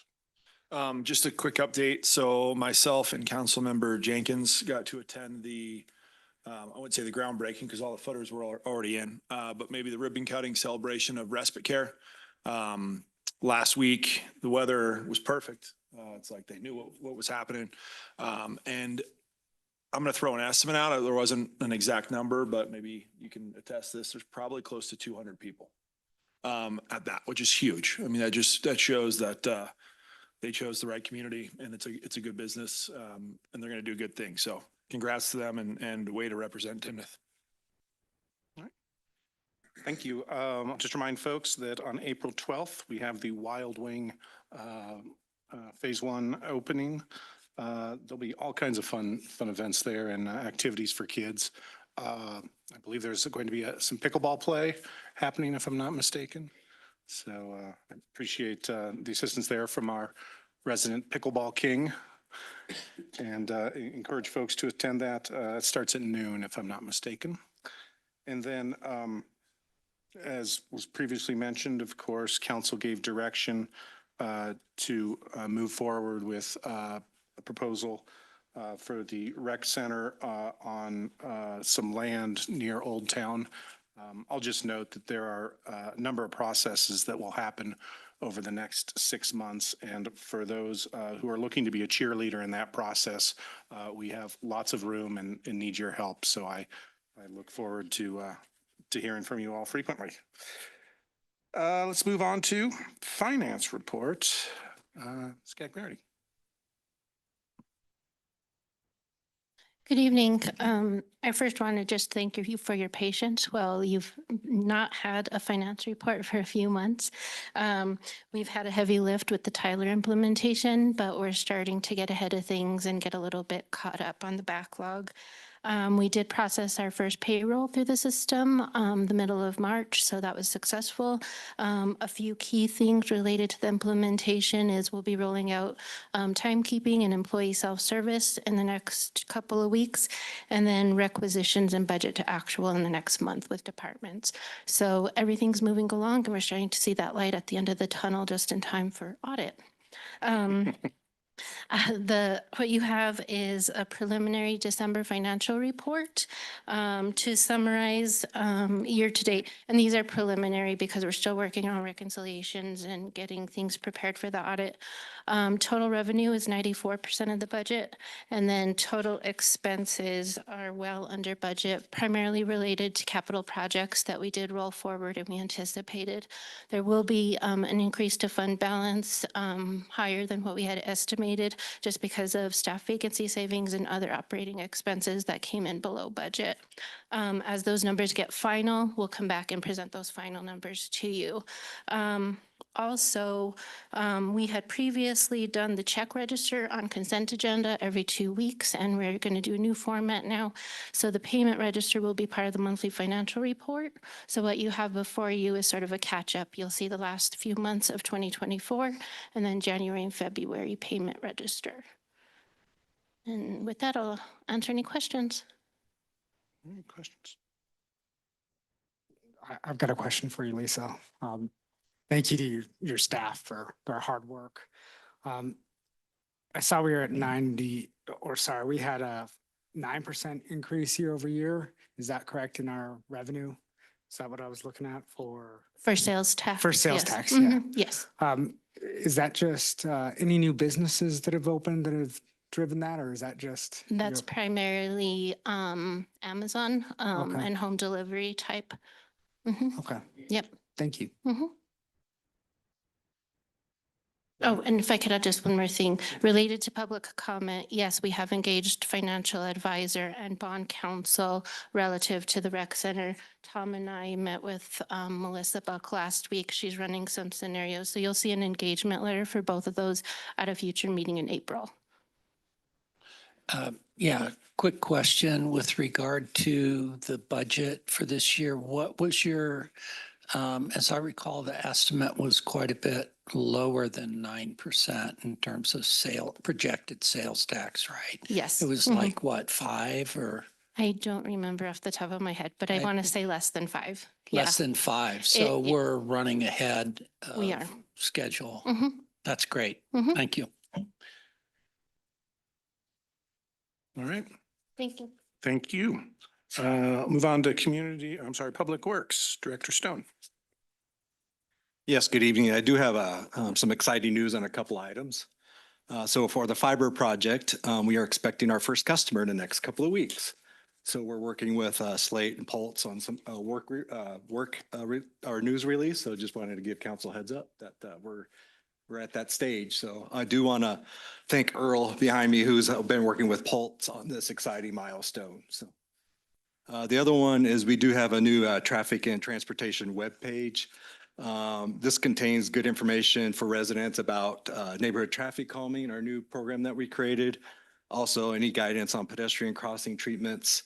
And then also even how to report traffic signal issues that will help us to detect and be able to respond a little bit more quicker on the signals. And we've already received requests on some of these, especially the neighborhood traffic calming. So I don't know how the word got out there, but I'm glad. We do want to thank or recognize our senior civil engineer, Kim, for putting these programs together. She was able to do that from right when she started, and it's been basically a year that we have these. So I'm glad that she was able to put these together, and we've already starting to implement those. So that's pretty much the two. I had some other reports. I don't know if you had any other questions. That's great. I can't wait to stop by that first customer and test out the speed. So Okay. Yeah. Hopefully they'll share their Wi-Fi password. Right? Questions, Lisa? So how are those first customers finding out that the service is available to them? Is it a direct, I mean, there's been trucks all around the Timnath Ranch area and things like that, and just around town. Are they getting letters sent to them, or how do they know that it's going to be available to them? Yeah, so we will do public outreach on that. It'll be a little bit more efficient, and we do have one site that could be submitted. So that'll make us respond easier instead of like, especially if council gets requests, you'll be able to direct them and it gets it into our system right away so we could respond to it. Some of these are actually have previous history that we're working on. That we're made aware of, as new staff, made aware of some of these. So we will be working on those also. Trying to think. So yeah, it's just they're able to find out. We do have our just normal website that you could just submit for like general traffic comments. So now this will be more specific for those types. And it will also give information to the citizens too. They'll help answer their questions, let them know what the expectations are, how the system works, and so forth. So. All right. Thank you, Sheriff. That's exciting stuff. Community Development, Director Robinson. Mayor, Council, I don't really have any updates. I do want to let everybody know that the National Planning Association is having their conference here in Denver starting Saturday through Tuesday next week. Myself, Logan, Chad, and Troy are going to absorb as much as we can during the conference next week, and we're happy to report on anything that we learn as far as best practices and what have you and planning. But again, appreciate the support that you provide us for these educational and training opportunities. Other than that, I don't have any updates or happy to answer any questions. Any questions? You reminded me, tomorrow evening, Larimer County is doing maybe you want to share on the overlay. They're having a public meeting tomorrow evening at, I can't remember the time. They're going to be discussing the overlay for our growth management area that kind of aligns our comprehensive plan with their process. So just wanted to let people know. Mayor, do you remember what time? Yeah, it's scheduled from 5 to 7, although I don't know that it'll take 2 full hours. Yeah. It's via Zoom, and they have a link to sign up. Yeah. I do plan to pop in and express the town's support in their effort. I don't know if anyone else is interested in doing that, but yeah, they did the work session here, but essentially by them implementing this overlay, it allows them, when people are doing development in the county that is within our growth management area, it allows them to better align their approval with what we would eventually require. So I think it's to our advantage to support that effort. Yeah, thanks for bringing that up. Yeah. All right. Anything else for community development? Parks and Recreations, Director Excel.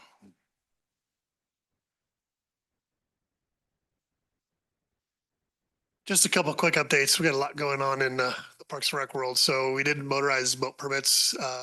They were sold out in less than 24 hours.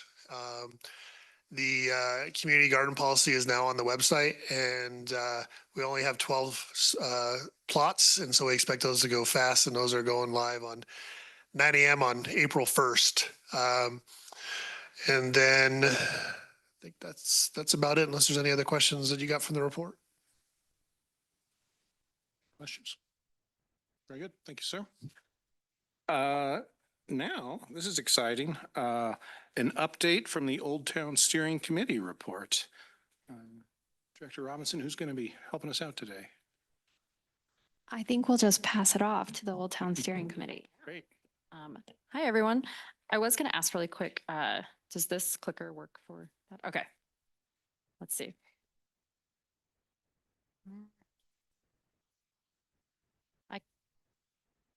Did I do that? Okay, perfect. All right. So hi, everyone. My name's Allison Keithley. I'm a member of the Old Town Steering Committee. And tonight I'm just going to be talking to you all a little bit about what the committee has been working on for the last several months. And then we're really looking to get some feedback from you all on the plans that we have. So in the short time I'm here with you all, I'll talk a little bit about what we've been doing, some of the research that we've done, the plan that we would like to move forward with as far as addressing Old Town, and then we have a couple of questions in terms of soliciting feedback from you all. And then I imagine there may be some questions from you guys and some of our community members as well. So to start off, I know you as a council have a good idea of, kind of why this committee was formed. But I wanted to just share this quote that actually came from, I believe, the Together for Timnath website. And it's something that we as a committee, as committee members, have really adapted as sort of our vision for Old Town. It says, the Old Town Steering Committee envisions Timnath's downtown district as a vibrant and distinctive hub of economic, cultural, and social opportunity that is celebrated and supported by all people of Timnath and surrounding communities. And so credit to Together for Timnath for this quote, but that really aligns with the vision that I think most of us or all of us as committee members have identified as why we're really committed to our old town. And so I'll first just give a little bit of context. I know you all as council members are pretty aware of what the committee is doing, but maybe not everyone here is. So just want to talk a little bit about the timeline and kind of how we got here. So in fall of 2024, the town council established the Old Town Steering Committee, and they asked us as committee members to address Old Town Timnath and identify barriers and areas of improvement for the area and really think about what could be done to address this space in our community that definitely has a lot of room for growth. Since establishing the committee, we as committee members have done a lot of research on Old Town and gotten a better understanding of the space by doing, tours of Old Town with informed community members. We have gotten a sense of the land itself in terms of the zoning and the properties that exist there, the existing businesses, and really tried to identify the barriers and areas of growth. In January, we as a committee decided to start exploring the possibility of having our town become a more formal member of the Main Street organization, which I'll talk a bit about.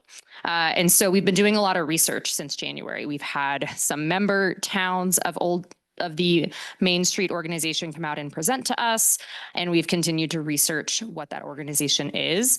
And then from February through March, we've had a small subcommittee of committee members who've gotten together and really begun putting together this proposal that we'll hopefully be sharing with you all in the coming weeks. And so tonight, what we're really hoping to do is just get some feedback on our proposal and our suggestion for having us be a part of this Main Street organization. And then our hope is that, after we present to you all a more official proposal in April, that we can start working on, getting going with the formation of that organization. And then other things we'll be doing in the future, just so community members are aware.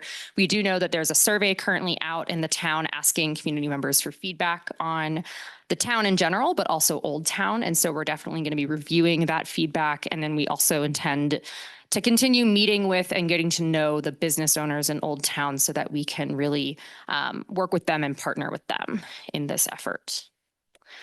So I want to just quickly talk about what the Main Street organization is. If you're like me, I really had not heard of it before Logan brought it to us earlier this spring.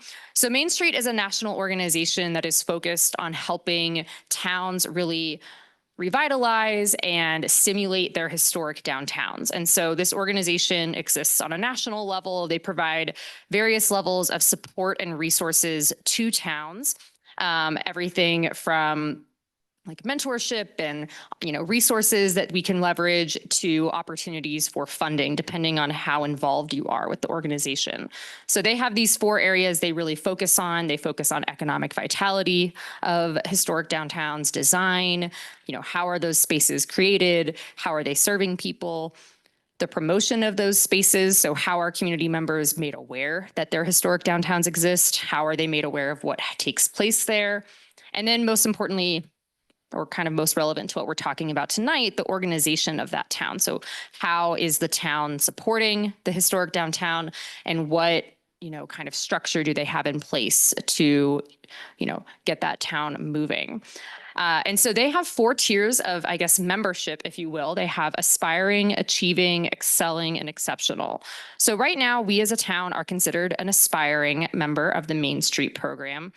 And the best way to sum that up is that we're essentially affiliated with Main Street. We have said, hey, we want to be affiliated with you all. We have a historic downtown, and we want to make sure that, we're getting recognized for that. And then we have access to a lot of the free resources that they have, which are primarily online. What we would like to be, though, is an achieving organization or town. And in order to move into that space within the Main Street organization, they require that towns take a couple more steps to really show their commitment and investment to their downtown. And that is where our proposal comes in. So The Main Street organization provides a lot of different frameworks for how towns can manage their Main Street program, which is the term that they use. But what we've identified after doing a lot of research of what neighboring towns are doing and other towns in the state are doing is we've identified that it would make the most sense for us to take a hybrid approach. And for us, what a hybrid approach means is that we would like to have a separate 501c3 organization for our Main Street program, but we would like to make sure that town staff as well as potentially council members are actively involved with this organization and that it's not just a singular effort. I think especially given the current status of our Old Town Timnath, we know that it certainly can't be done by an organization alone. And what we're really envisioning for that is two things. The first one being, like I said, we would establish a separate 501c3 organization, and that organization would have a board of directors. That board of directors would primarily be selected from community members and ideally local business owners to fulfill the spots that you see on here. Those first 4 or 5 spots, the president, VP, treasurer, secretary, and at-large members would primarily come from, just general community members who are, involved with the town. But then we would also want to make sure we had a town staff member on the board as well as a town ex officio member, so either a staff or elected official. And so we're really envisioning that that's a partnership there between the organization itself and the town to run our Main Street program. We're also advising that we have a dedicated professional whose job it is to run the Main Street program. In this case, a Main Street program manager. Initially, we're envisioning that this would be a contracted position that would hopefully eventually go a bit more full-time.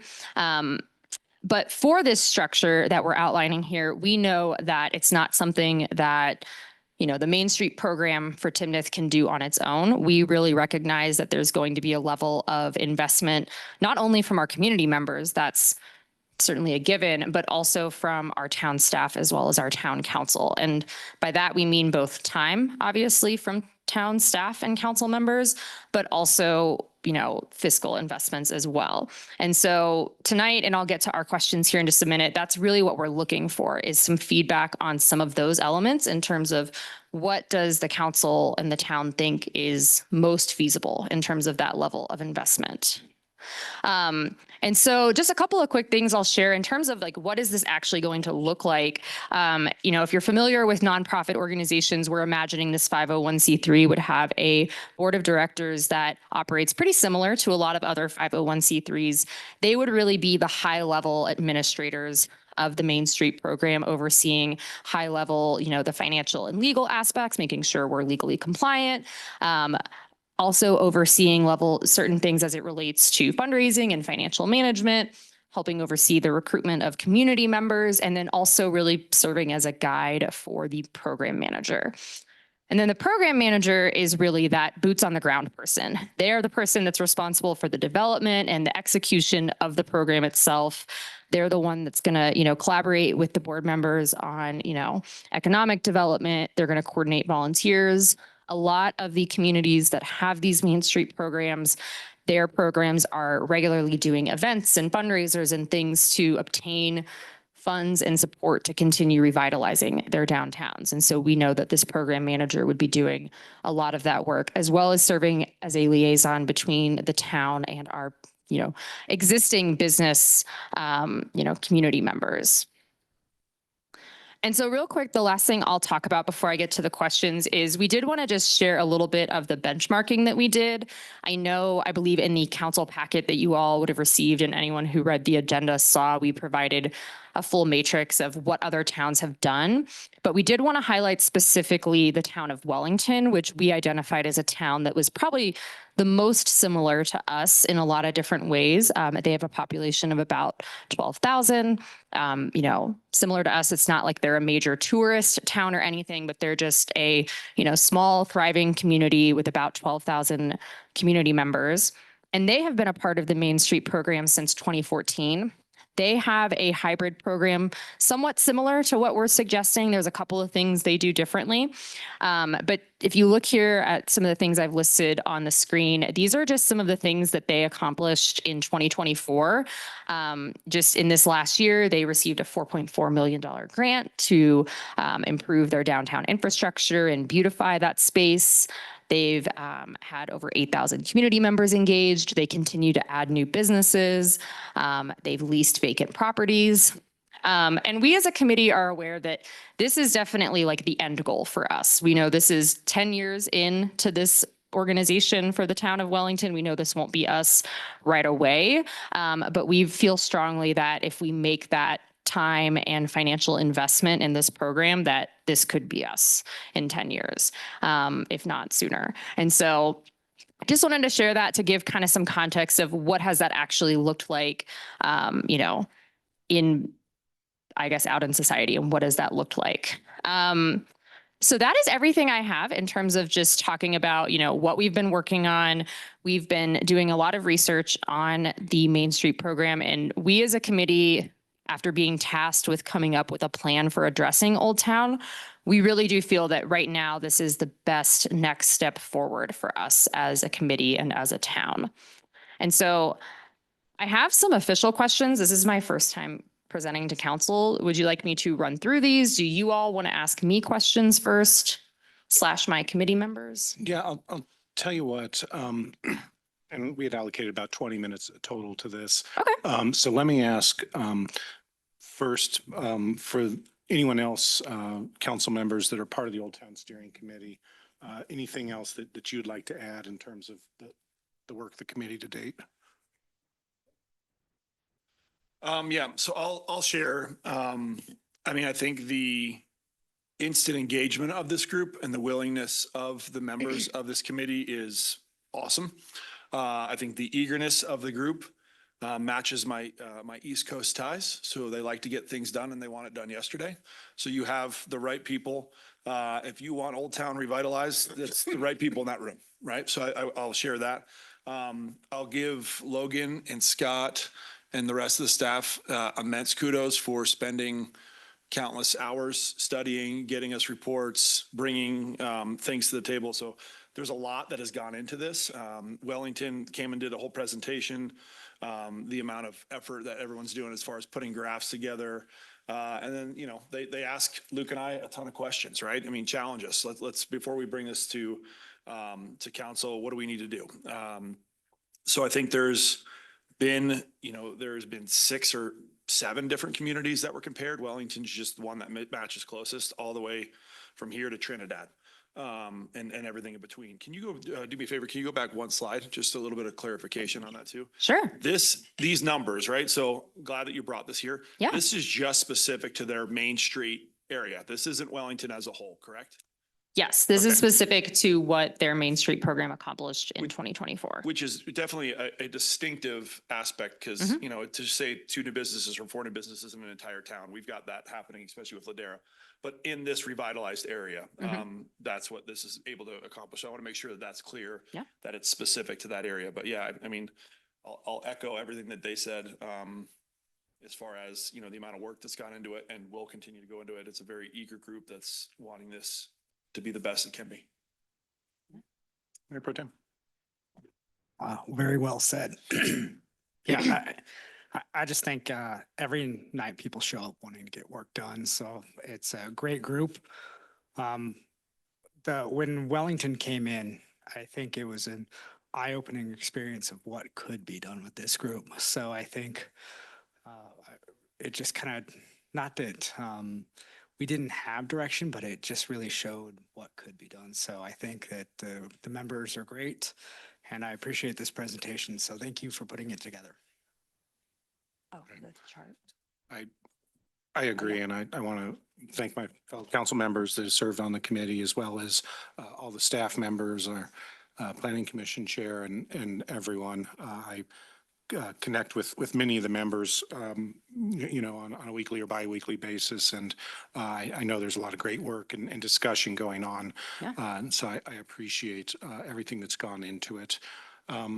So maybe this would be a good time for you to kind of frame the Yeah. 3 questions that you're looking for direction on. Yeah. So I think what I want to start with, because I don't know if I mentioned this as clearly as I wanted when I initially presented, but one of the things that we know is in order for us to go forward with the Main Street program, as I mentioned, it's going to involve some, fiscal investment as well as some time investment as well from the town. And so wanted to highlight in question 2, one of the things that we mentioned is that, initially for us to get this off the ground to establish that 501c3, we're anticipating that we're going to need the part-time allocation of a town staff member to kind of serve as what I would refer to as like an interim version of that Main Street program manager. We, of course, as committee members are also committed to providing whatever level of support we can as well with that, but we know we would likely need town support from a time perspective. And so that's one of the things we're looking for feedback on in terms of, do you all think that is feasible? And,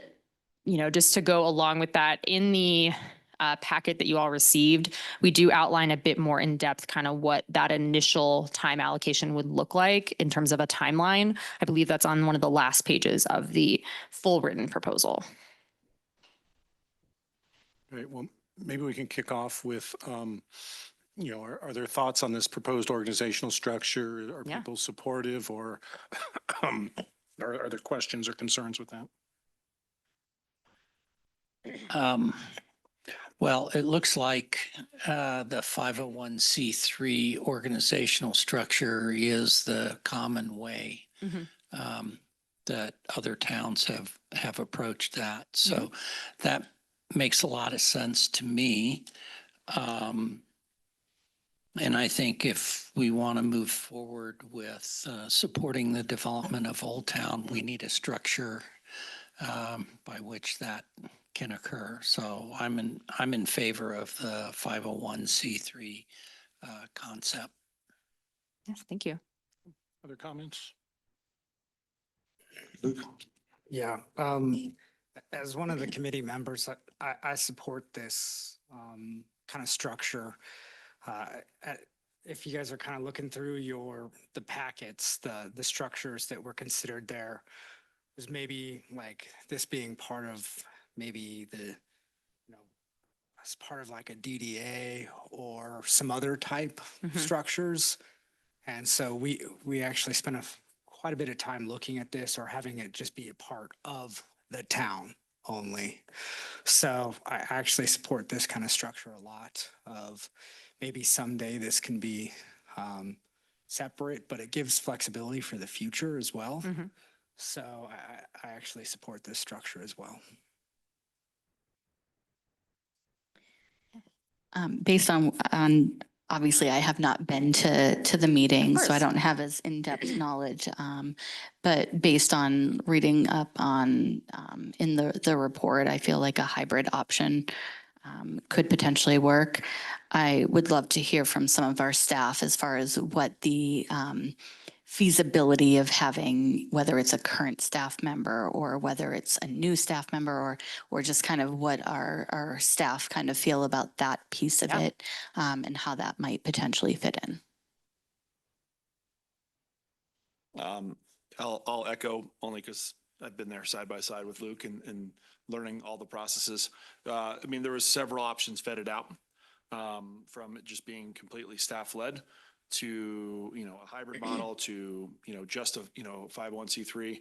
I think, I don't think this goes anywhere without experienced staff guidance to get it at least off the ground and running. I think everybody's in agreement with that. So I think I'm in support of the hybrid model. To Luke's point of eventually, if the funding, the fundraising, the board atmosphere is super energetic and self-sustained, it can definitely be its own thing down the road. Yeah. And I think that aligns ultimately with what our vision would be, which would be for ideally in, a certain number of years, this could be a bit more standalone, but we know given where our Old Town is at currently, it's going to take really a team effort. And we know that with that 501c3 and that board, it'll allow us to have, the enthusiastic community members that we know exist, because a lot applied to be on this committee, to help get that going. So, yeah. My feedback probably applies to all 3 questions. Sure. But it is, ultimately, this will take contributions from the town. Mhm. And it's going to take contributions from the community and from business. And that was the whole idea of putting this steering committee together. Yeah. And so I think the structure is a great way to match up those partnerships. I'm really excited to hear that there is a lot of energy Yeah. in the committee. So for me, all that's great. Yeah. What I'm not in support of is a blank check. Sure. And so I, like to hear the details Yeah. about if we were given X amount of seed money, this is how we would anticipate making the most of it. Yeah. And I would support the concept of, a matching plan. So here is some seed money, and then how can we do a one-for-one match up to a certain threshold so that it ensures that kind of everybody is participating, right? Because as much as the town would like to will a magical old town into existence, it's ultimately going to be all of us working on it. So I would be supportive of proposals that, have that seed concept, but then also have some, benchmarks and matching along the way. Yeah. And so I think, I don't know if there's any additional questions, we can certainly take those, but right now our plan as a committee is to take in this feedback, and the support that we've been given tonight. And we have some initial plans of what we think that would look like in terms of what would that seed funding look like. And we're continuing to come up with benchmarks and sort of what we would want those, criteria to be that we would need to meet in order to continue getting funding. And so we'll plan to have that outlined in more specific ways when we return to the council. I believe we'll be here on the 22nd is our current plan, the 22nd of April. So Can I add to Yeah. that? I just want to ask the question to this council. I know you kind of addressed this in general, Mayor, and I just want to ask the rest of the council, is everybody comfortable with maybe when we talk about part-time allocation of staff, is everybody comfortable with that? Because I know we didn't plan for that in the budget, so that would be something we didn't plan for in the budget. Is everybody comfortable with maybe some extra hours in the budget for that? I just want to throw that out there because it's something we didn't budget for. Well, except that we do have funds set aside for economic development and that are at this point unallocated. So there is money there in the budget that could be put to this purpose without dipping in someplace else. And that seems to make sense to me. Also, I would hope that, I know the Main Street program is run through the local government, and I forget the exact name, with the state, but looking at grant opportunities ought to be high on the list. Yes. To go along with the mayor's perspective of, how do we get some matching funds? I think that would be high on the list. And obviously 501c3, having participated in creating a 501c3 does take some legal work and is not free. So that would probably be the first thing that we would contribute is I would guess it would be the legal work necessary to create the entity. And on that, I think, let me clarify my statement. I think a lot of the initial guidance would be by staff, maybe Scott or Logan would be the guidance in that. And that's a lot of work for staff to do outside their normal jobs. And so I agree that we have some money set aside for that economic or what that may be. I just want to make sure staff would be involved in that process. And I would also like to ask council, I think it'd be helpful for the committee to also have maybe a number that we would be willing to talk about tonight. I think that'd be something that maybe we should put out to them so that we at least don't set somebody in the wrong direction or set the committee in the wrong direction. We kind of batted that around a lot of what is the right number, what would be the right number. So I think that'd be helpful if everybody has something, or maybe you can provide that feedback at a later time. I don't know. I think having numbers to work with as a committee would be helpful to know where to move forward.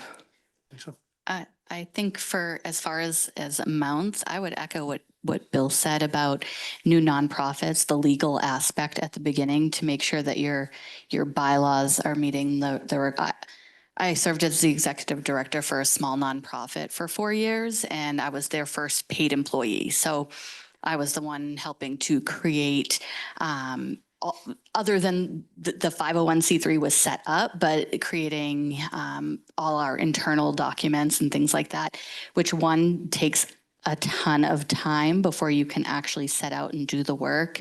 And then just that legal aspect of setting it up. And I honestly don't know what something like that costs.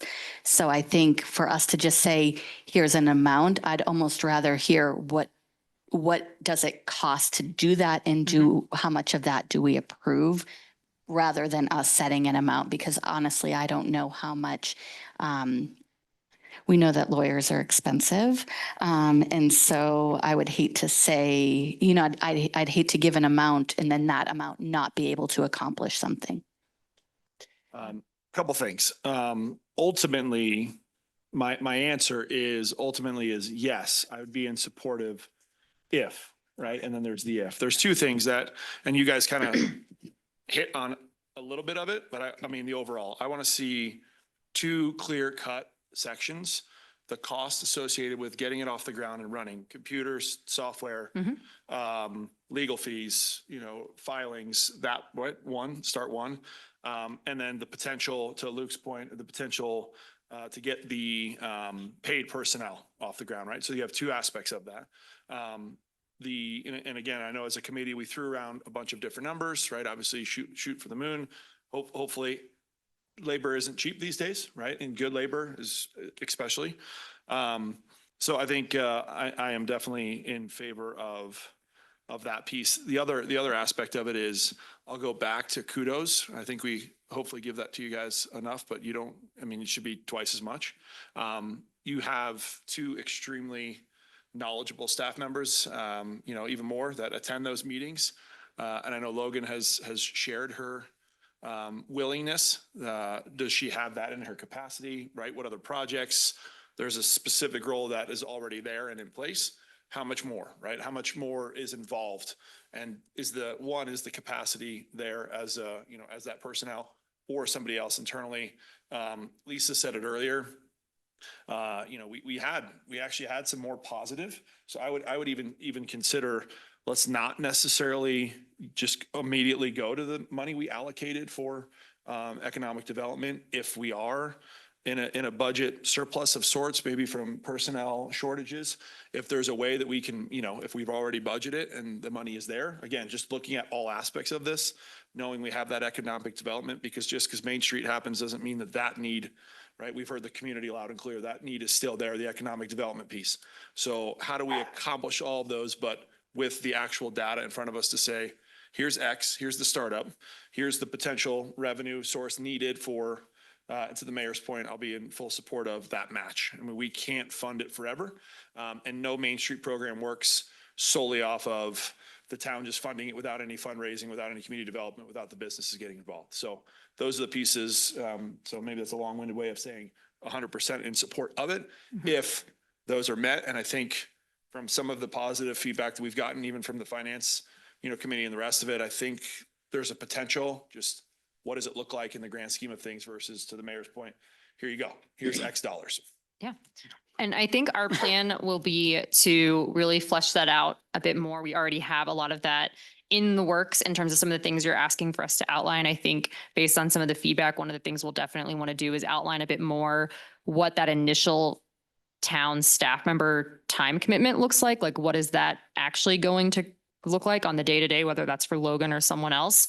I did want to clarify that DOLA does help with the establishment of the 501c3. So for the most part, a lot of the funds or the expenses associated with that would be supported via DOLA if we decide to go that route. So that should hopefully alleviate some of the expenses. Yeah, to Jeremy's point, it'd be nice to have a specific proposal. Yeah, definitely. All right. Is there anything else? Okay, I'll just throw my 2 cents on the staff time. Yeah. In principle, yes, I'm supportive. The specifics are important. So I'd appreciate, the town staff that's on the committee, town manager that's on the committee, talk about what is realistic to do with existing resources versus what would require an additional allocation or higher. And, just understand it's easier to say yes when we're doing it with existing resources, but also we got a lot of stuff going on. Yeah. So I don't want to overtax it. I'll also make the point that, vitalization of Old Town is a priority. Timnath is more than Old Town.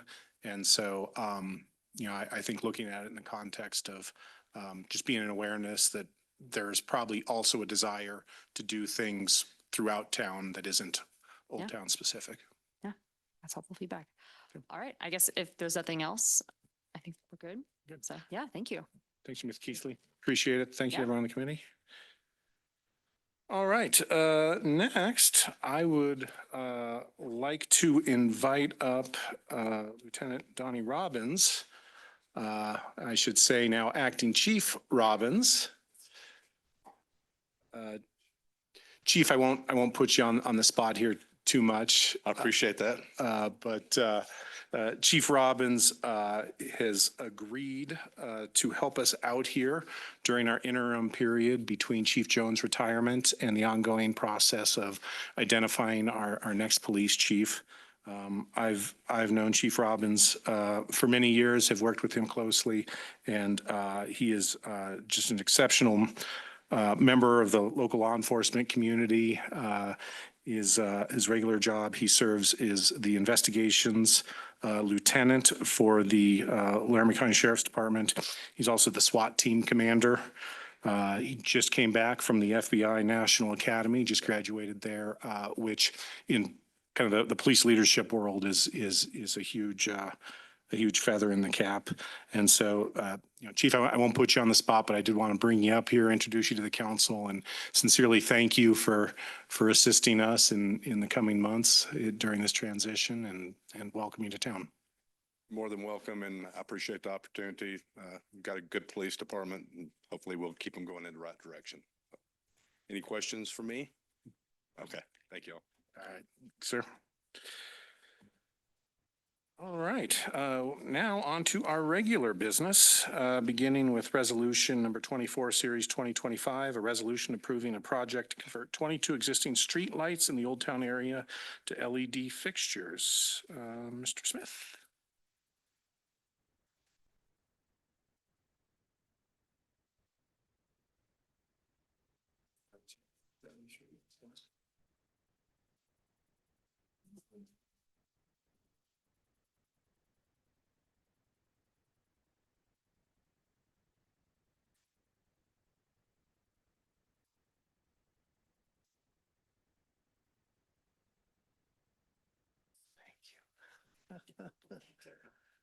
Good evening.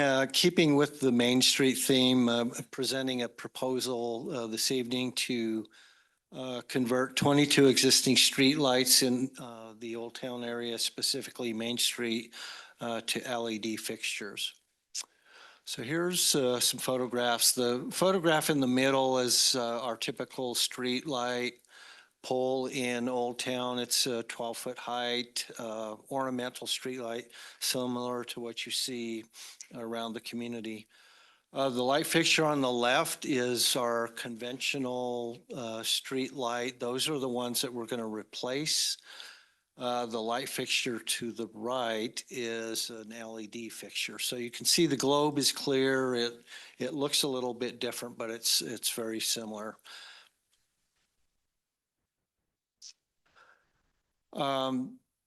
We've been working on this project actually for several years now with Mac Electric. We've typically done 5 or 6 per year.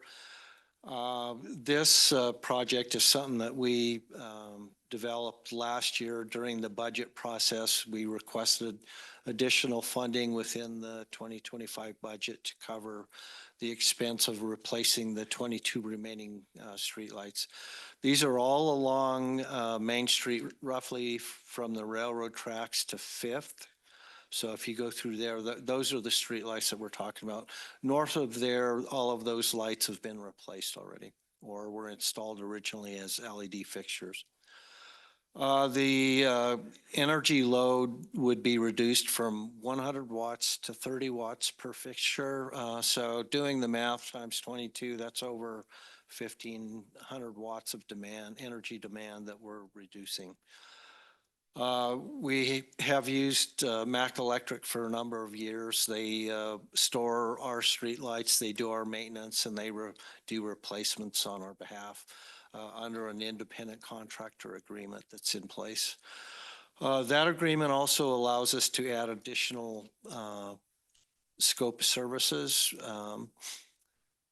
The scope for this project for 22 streetlights is $44,410. As I said, that is in the budget. Staff recommends approval of the resolution. I'd be glad to answer any questions. I'm curious, are these dark sky compliant? Are they 3,000 K? What we will do with these 22 lights is we're going to specify either 2,700 K or 3,000 K. Awesome. Thank you. Just curious, obviously 44,000 is a big number, but when you switch to LED, longevity, maintenance, ongoing maintenance, so I mean, it's a long-term play, correct? I mean, is this over a period of time? I'm assuming the cost spent doing it will recoup not only in energy savings, but longevity of these. Is that correct? That's absolutely correct, yes. Thanks. Yeah, actually, to that point, Jeremy, I recently saw an article, I believe it was Boulder converting, and I don't remember how many they were converting, but and obviously they have a lot more streetlights, but they were saving millions of dollars in maintenance and energy costs. So it really made a lot of sense. All right, thanks. Any other questions? All right, at this time, is there a motion to approve the resolution approving a project to convert 22 existing streetlights in the Old Town area to LED fixtures? So moved. Moved and seconded. There you go. Any discussion? I think it's a great idea. You know, I was speaking with Aaron about this project, so I support this, and I think we should continue to move streetlights into the town's purview and make them LED. So I'll support this project. Yep. All right, I have nothing to add. All those in favor of the resolution signify by saying aye. Aye. Any opposed, nay? Resolution carries unanimously. Next, Resolution 2025, Series 2025, a resolution appointing Wendy Newland, Tom Wood, Michael Lowry, and Janelle Maines as Planning Commission members. Director Robinson. Thank you, Mayor and Council. I want to bring forward this resolution. Currently, there's one vacant seat, regular seat on the Planning Commission. One member had to resign due to work requirements. That makes 3 seats that are up for reappointment. One of the seats is an alternate member being elevated to a regular seat, Mr. Michael Lowry. Planning Commission, their bylaws allow applications to be good for a year. If you remember last May, we did a application process where we received a number of applications. So we went back into that pool and re-interviewed one of the top candidates to be considered. The terms for appointments are for 4 years. They run from April 1st to March 31st. The Planning Commission Chair recommends approval of these appointments. All these candidates are in good standing. The new alternate member, Ms. Janelle Maines, has been confirmed that she's still interested and willing to meet the criteria of sitting on the planning commission. Again, had another interview with that process. And in the bottom there, I just kind of highlighted the positions that are being forwarded to the next term in yellow. The green positions, there's two regular members and one alternate that their terms do not expire until 2027, so they don't need reappointments. So again, recommend that the council approve these appointments to planning commission so they can continue their work. I also note that just if these appointments aren't made tonight, the existing members can continue in their current capacity until they are replaced. So happy to answer any questions. Thank you. Any questions? I will just note that I participated in both rounds of interviews for new members, and the newest alternate, Miss Maines, really impressed in both interviews. Her professional experience stood out, but more than that, two qualities that I really appreciated was number one, the thoughtfulness in which she approached things, and number two, the curiosity that she comes to solve a problem. So I'm highly confident in her abilities and would encourage the council to support the resolution. Also, as a part of this, of course, this will be elevating Michael Lowry from an alternate into a full-time member. And he has served faithfully in that role as an alternate, and I think has demonstrated his commitment to the Planning Commission. Yes, Mr. Goldstein, anything you'd like to share with the council before we vote?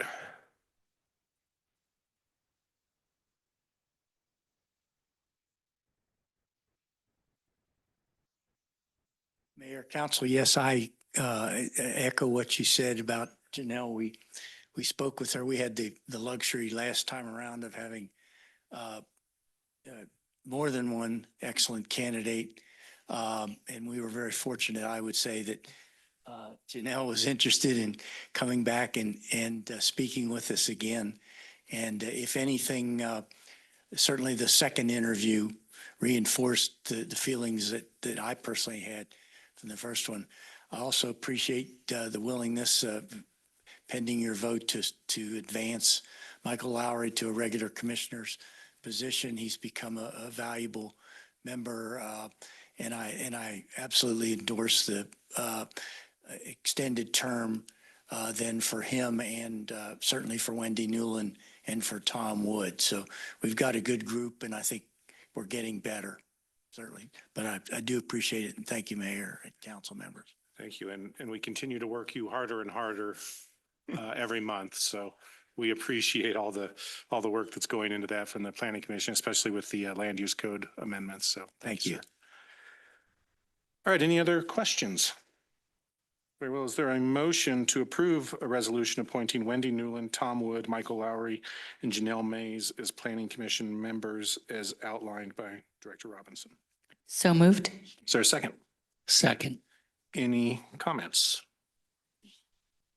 I'll add some comments.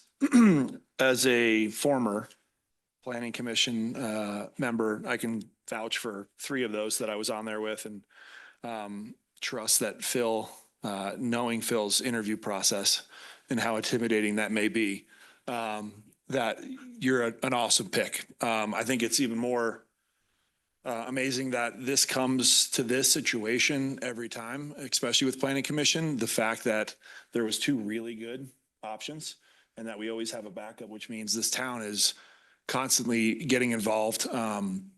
It's awesome. I mean, it's good to see.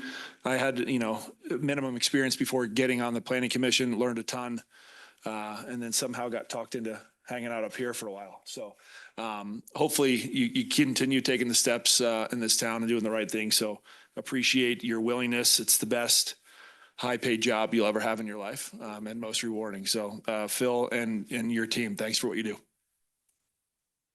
Very good. Anything else? All right. All those in favor of the resolution making planning commission appointments as outlined signify by saying aye. Aye. Any opposed, nay? Resolution carries unanimously. Ms. Baines, welcome. All right, that will bring us to the end of our agenda. My thought was we adjourn, take a 5-minute break, and then resume with our work session that we began earlier. So we will stand adjourned. Our work is never done.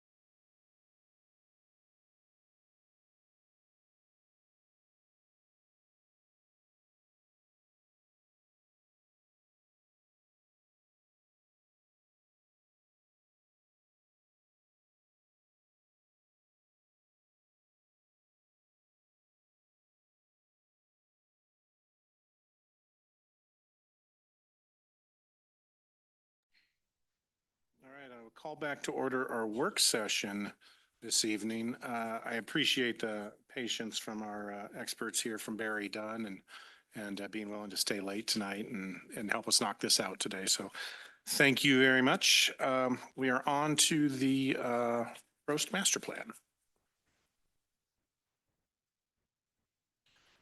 Thanks again, Mr. Mayor and members of council. So after almost a year of data collecting, countless hours of public engagement, we're pleased to present with you the first draft of the Prost Master Plan.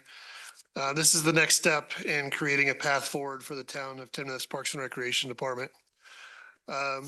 So presenting tonight, we have Ryan Hagerness. He's a senior consultant for Barry Dunn.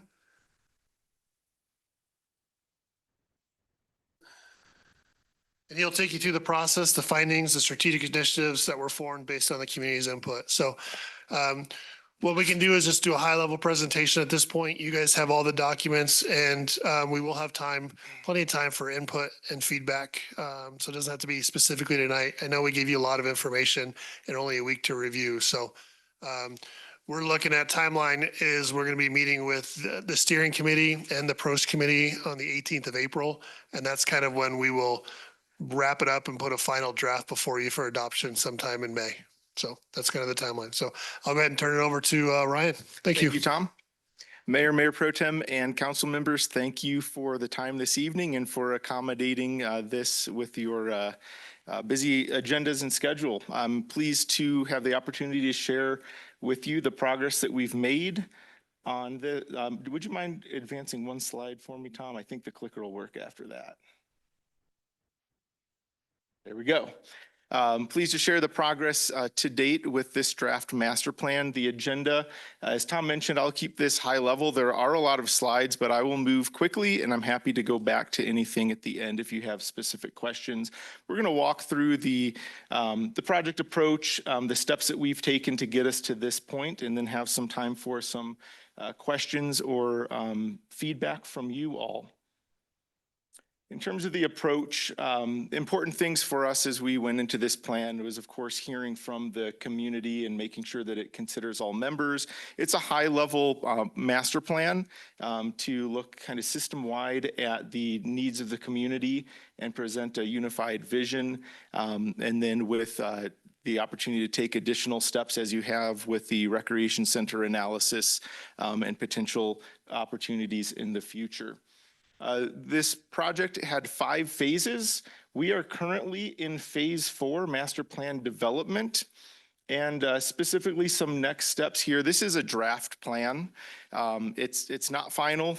We've got plenty of opportunity still for input. We know it's not perfect. Staff have already given us a number of opportunities to make some corrections, and we're still working through some of those, and we look forward to additional feedback, not only in refining that plan, but also feedback when it comes to some of the specific action items and goals, so that when we bring that to you in May, it reflects all of that input.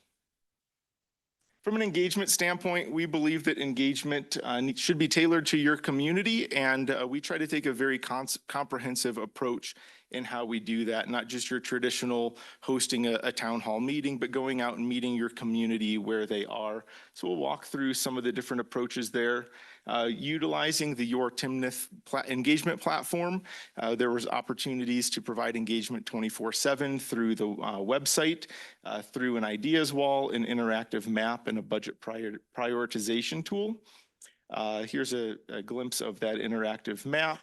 And some of the feedback, I think at the highest level there, a lot of that feedback had to do with trail connections and connectivity within the town. And I think that's the most important takeaway there, and a theme that you'll see through some of the other engagements. We also had the ideas wall that also reflected a lot of the comments that we saw in the comment cards, and we'll provide an analysis of that very soon. We were also on site throughout the community, both in person with flyers, business cards, comment cards, and even yard signs throughout the community. Here's a glimpse at where those were concentrated. And I'll, in a moment here, take a deeper dive into some of those locations. You can see in the Old Town area, we had a lot of yard signage as well as some businesses that posted our materials and business cards at their checkout stations and had the opportunity to do some on-site engagement through the farmers market with the community there. Also did some engagement outside of Walmart, who accommodated us on a few different occasions to engage with people as they were entering or exiting Walmart to fill out some comment cards and give some feedback and reach a different audience than we might otherwise in the parks. Here in this area, several of the local businesses offered to display those materials and make those available. As well as at the reservoir. And then, of course, at the community park, we were there on multiple occasions, both for pop-up engagements and at some of your signature events to engage with the community. And just a quick glimpse at what some of that looked like, a few snapshots from the farmers market, various event engagements and those materials around town. When it comes to the comment cards, we had 258 comment cards completed. Those were received through those pop-in engagements in the parks, at Walmart, the farmers market, and the fall festival. And I want to highlight some of the key themes in those comment cards in order of the number of mentions. And the first one there was the recreation center. There was a clear demand, even just looking at the comment card feedback, that there was a strong desire for a community recreation center. And some of the amenities mentioned frequently were an indoor pool, weight room, and gym, and multi-purpose rooms. The second most mentioned on the comment cards was trail connectivity, and in a variety of ways. Connectivity regionally, connectivity north and south through the community and to other regions, and then connectivity to specific parks and locations within the town. And we'll highlight some potential future trail plans later in this presentation. Aquatics and pools was also was in our top 3 in terms of mentions, and of course to some extent is addressed through the community recreation center that you're considering. Shade and shelter was a common theme. People want to stay cool and have shade opportunities in their parks, whether that's natural or man-made. Desire for the continuation of the growth of youth sports and youth sport opportunities in the community rounds out the comment card feedback. We also hosted some focus groups. We had a focus group with local school members as well as local youth sports clubs and leagues. And some common themes there had to do with field space and the demand for that. And I'll share a slide in a bit with some benchmarking on field needs current and potentially in the future. And just the opportunities to collaborate between the town, recreation, and schools to meet the needs of the community. We had a focus group for the recreation center specifically, and you'll see some of the feedback there. Primary interest there was the pool and fitness, and you'll see that comes out in the survey feedback as well. We also met with individuals interested in programs and events, and saw some interest in some outdoor adventure type programming that also came through in some of the other work you'll see later in this slide deck. We also met with individuals for parks, trails, open space, and reservoirs, and that connectivity theme continued to come through, as well as desire for open space preservation and balancing new park development with natural areas and keeping some of that natural wildlife corridors and natural beauty. And then we had an open forum for people that couldn't attend those other meetings to provide feedback, and heard some similar support for that trail connectivity, water conservation, and additional input for the recreation center. So we did a statistically valid survey utilizing ETC, who specializes in doing these types of processes around the country. And we needed 250 surveys for statistical validity, and your community was very responsive when we were able to double that number. So really appreciated that feedback. And the attempt was made to mail a survey to every household in Timnath. So if we didn't catch someone in the other engagements we were doing in town, they should have gotten the opportunity for that survey in the mail. Just this first slide here just highlights the representation of the ages of individuals in the households that were surveyed. And you can see that it really captures a great cross-section of those age groups within the community. One of the first questions we asked is, have you participated, you or someone in your household participated in visiting a park in the past year?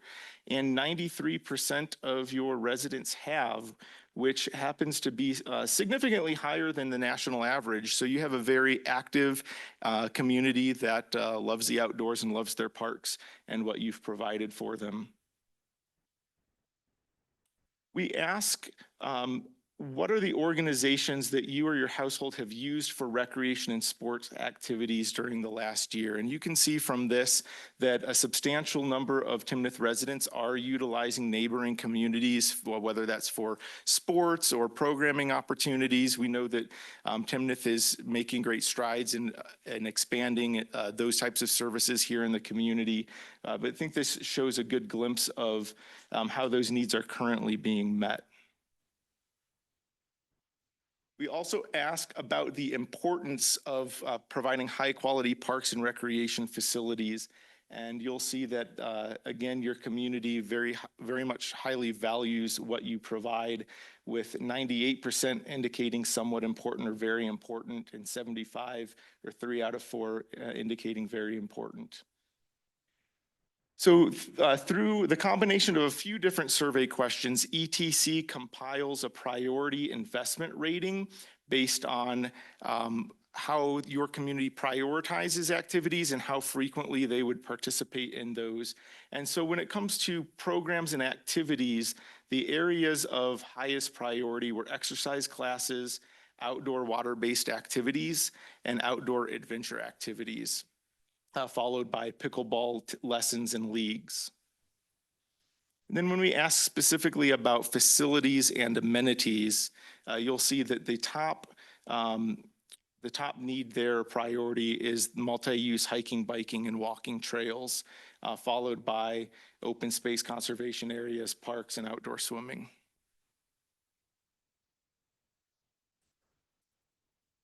We asked about the recreation center support, and we received overwhelming support, with 94% of the community indicating that they are supportive of pursuing a community recreation center.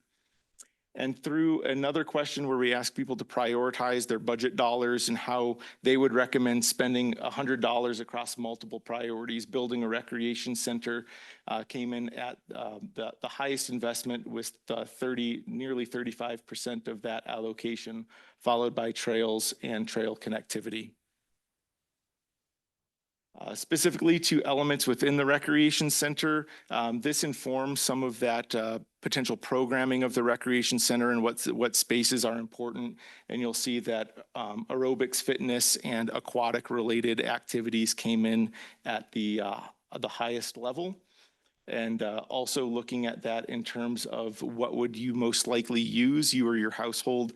Again, it was aquatics and fitness opportunities, but you can see there's a lot of diversity and other interests for special types of recreation and activities as well. So to summarize those findings, your community loves their parks and recreation. They appreciate what's being provided to date. There's support for the continued investment into parks and recreation, in particular for programs, exercise classes, outdoor water-based activities, and adventure activities. And then for amenities, those trail connections and providing that connection throughout the community. And then obviously the strong desire for a community recreation center. That brings us to then some of the analysis that our team did. There's a lot more detail in the plan, but wanted to highlight a few areas that we looked at and bring those to your attention. So we did some benchmarking Using a national data set, we looked at communities with populations under 20,000 in the Midwest to try to find some similar benchmarks, but we recognize that every community is different. There's not another community that's exactly like Timnath. So there's going to be differences in how they operate and are funded and what they provide. From this benchmarking standpoint, you can see that from an operating budget perspective, Timnath is in between the lower and median for operating expenditures.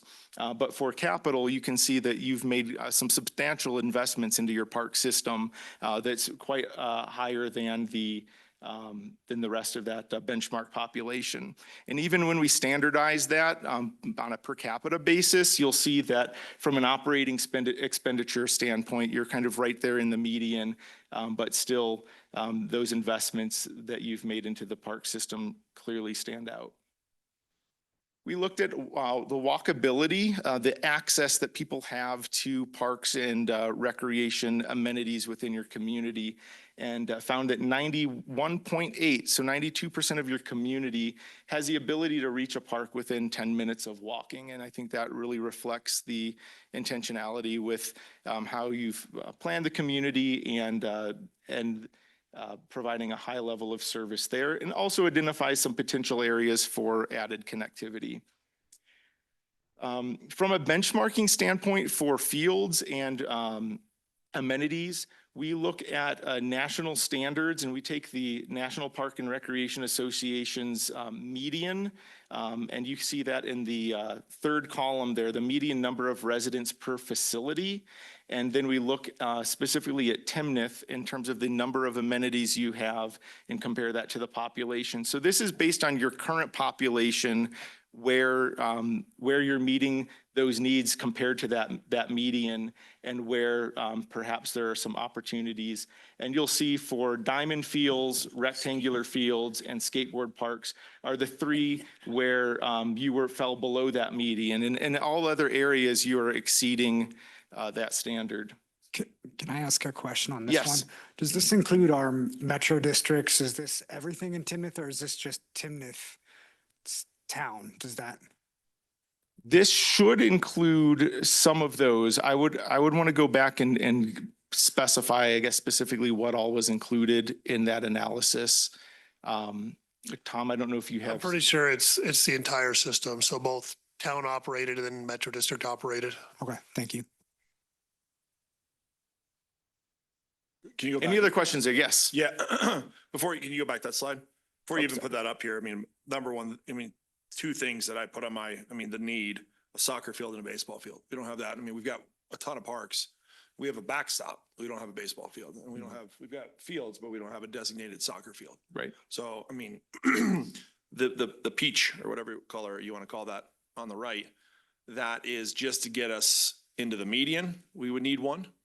Correct. Okay. And again, that's based on where you are today. So understanding that you are a growing community, I think tracking that and seeing how those needs will continue to evolve. But that one would get you to that national median today. Got it. Okay. Based on our current. Based on your current population. Got it. Exactly. Yeah, so that quantity for ball fields, one of them is the Walt Weiss Field at Timnath Elementary, and then one is the one backstop. This was done prior to us adding the second backstop at Timnath Community Park. Yeah, I mean, but as far as like an actual soccer field and a baseball field, they don't really exist. And half the people have no idea what's even behind Timnath Elementary School. Correct. Okay.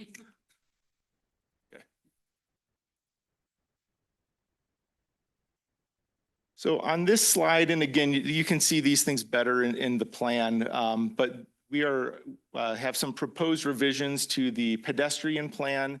And what you see on this map in the, make sure I get this right, in the dotted green lines are proposed regional trails, the dotted magenta lines, proposed community trails. So those dotted lines are where there are proposed potential connections.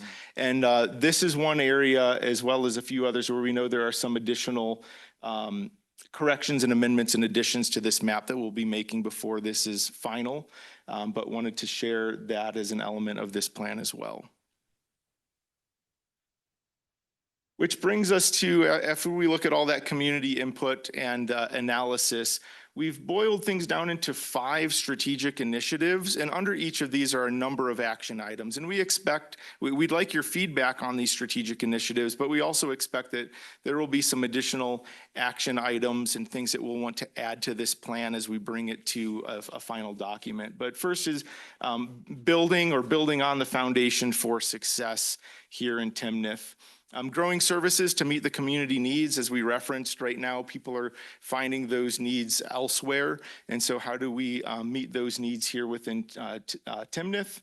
Aligning infrastructure with a growing community. So to your comments about ball fields and soccer fields and things like that, looking at those opportunities to meet those needs and or even exceed those needs here in the community. Advancing partnerships, building on existing partnerships, but also looking for additional ways to strategically meet those needs, and then being a steward of the natural resources here with those priorities for conservation and sustainability, as well as people having that access to the natural amenities as well as park amenities here in Timnath. So I'm just going to put this next step slide up here one more time. So we'll be seeking feedback from all of you. I'm happy to take some initial feedback from you tonight, but also I know Tom's welcomes your input in the coming weeks. We'll be meeting with staff and stakeholders to get additional input and perspectives on where we are right now. And then we'll be finalizing this plan. And part of that is what you have here is just a draft plan in a Word document format. Ultimately, this will be an attractive, easy to navigate, well-designed document, but it's a lot easier to make all the edits and changes in the form that it is here. So what we'll be bringing to you is a polished product anticipated in May. So with that, Tom, if there's anything else you'd like to add, I'll turn it over to you all for any questions or feedback for us.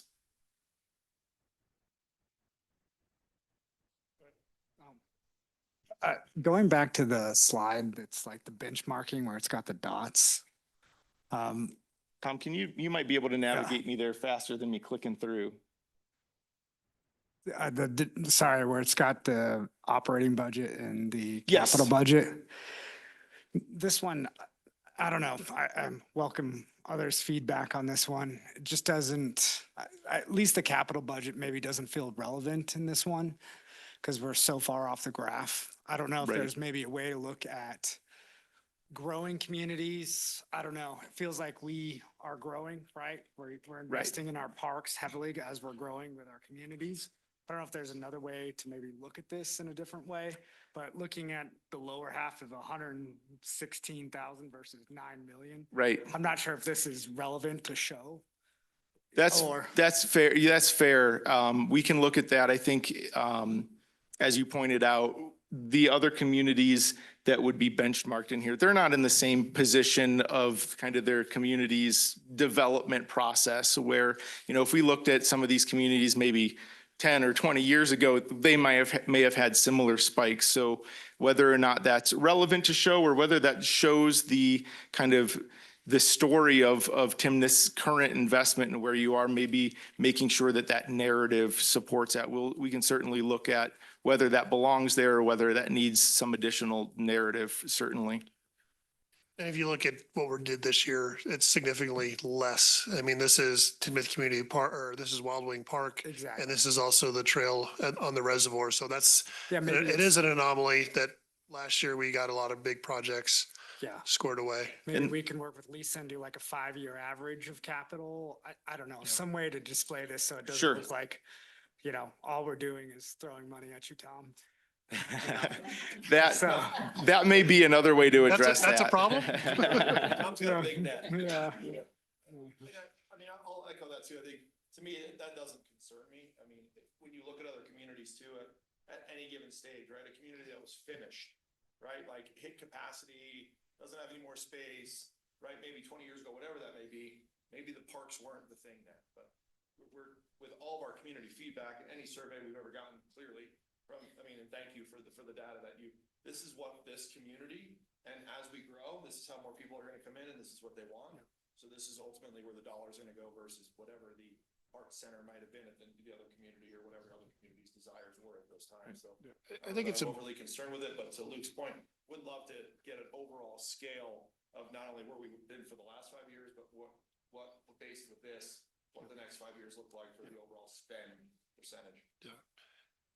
and this is just kind of the starting the benchmark. Yeah. And so we hear you on that one. And like I said, all of this is not apples to apples. Right now, we have a very small Parks and Recreation Department. And we're just getting started offering things. There's other agencies that are our size that are offering way more than what we have. And so I do hear you, I think, but I think it's good to kind of paint a full picture as we start benchmarking moving forward. So.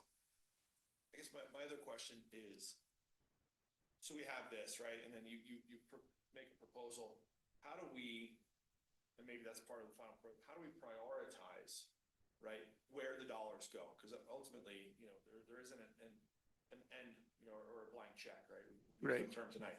So how do we decide? Is that us, the council? You present us like, say, hey, here's based on the number one thing was, indoor pool, obviously rec center, right? So that's number one, which potentially is going to be a bond or, however that is, but of the dollars we have, how do we prioritize youth soccer versus outdoor swimming versus rentals at the, I think that would be. Yeah. So we'll have a large list of action items and we can bring proposals to council during the budget process, but you guys will have a working document that I fully intend on using moving forward with all of these action items. And we'll have some low hanging fruit ones that we can get done right away, but others that'll take some long-term planning in order to get to where we're at. But those are things that council needs to come up with when they're in their strategic planning efforts. You'll have this document in front of you when you're coming up with those strategic initiatives, and that helps balance the budget and work with Lisa on incorporating them into the 5-year CIP. This document is going to be a 5 to 10 year working plan. We're not going to get everything checked off the list because priorities are going to change and things are going to shift. So That was my next question, my last question. How do we continuously make this a moving document, right?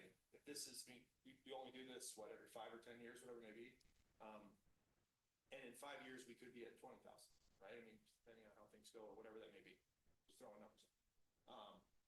How do we know in 3 years, 5 years, how often is this evaluated with a group like Barry Dunn in order to make us stay on point and, consistently, because what our community wants now, it might be, we might have 3,000 members that want something really different.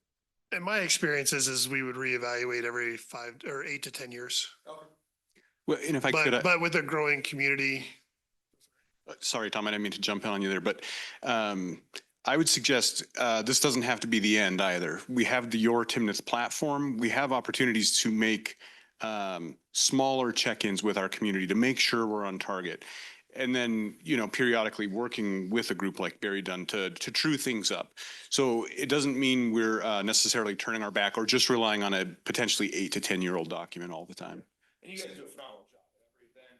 Then it's got a, tent there and you're constantly out getting community input. So I'm not concerned about that, just more worried about how often do we have to go through this. And what we see in a lot of communities is they may look to do a full update every 10 years, but somewhere in that midpoint, they're doing an update to this plan. So it's not reinventing the entire document, but how do we get some additional community feedback, make some updates based on what we've accomplished to date?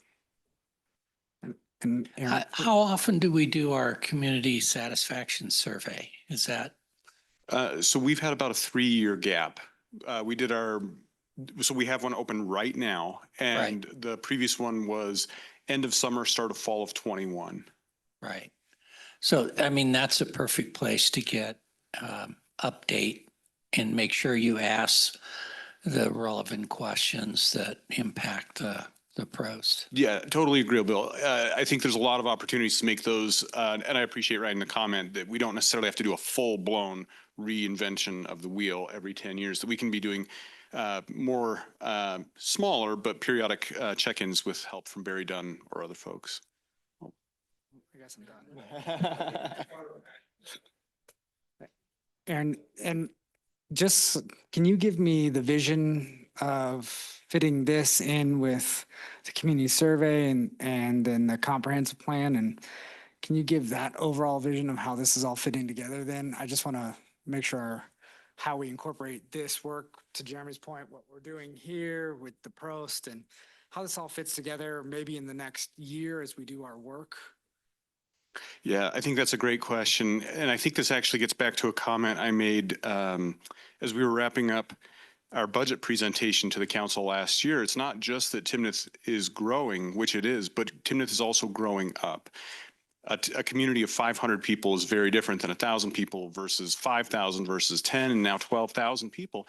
And so things that we didn't have and were much more difficult to justify with a smaller population. I mean, I've been here 4 years and we were 6,000 people at that point. We've almost doubled in the 4 years I've been here. And so we're having to grow up. And these studies, whether it's the study we're talking about here tonight, whether it's our transportation master plan, whether it's an update of our comprehensive plan, I could go on and on. We are laying the foundation of a community that is growing up. And so the real nexus point for all of these comes in the budget, both in the operating budget that we'll propose to you in 26 for that shorter term, but as we lay out a capital budget, we'll be presenting to you myriad projects, and we will be looking to you as the council to help us prioritize those projects. I mean, it truly is where the rubber meets the road, sometimes literally when it's a bridge project or something of that sort. But for all these projects, you know, the budget makes the world go round in municipal government, as in many things. And so the budget will be your best opportunity to help us as a staff know and realize your priorities. And so if we make Prost strategic, right, they're asking for council's feedback on this. Does this then become part of that strategic plan that you're updating us on? Does that become part of that we look at it quarterly then? Is that where those will go? Or, because I know we've got strategic and that you update on, is that where these will go? Or where do you envision these strategic goals that we talked about in Prost? Is that different? Is it the same?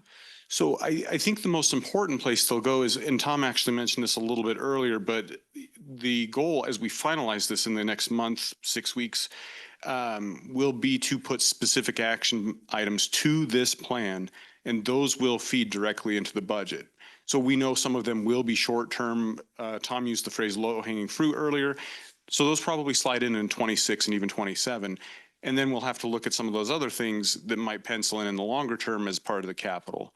You know, we have the opportunity to look back at the strategic plan as frequently as the council wants. We've historically done that through a retreat process every 2 years.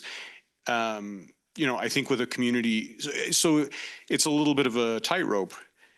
If you're tweaking it all the time, then you probably didn't do it right the first time.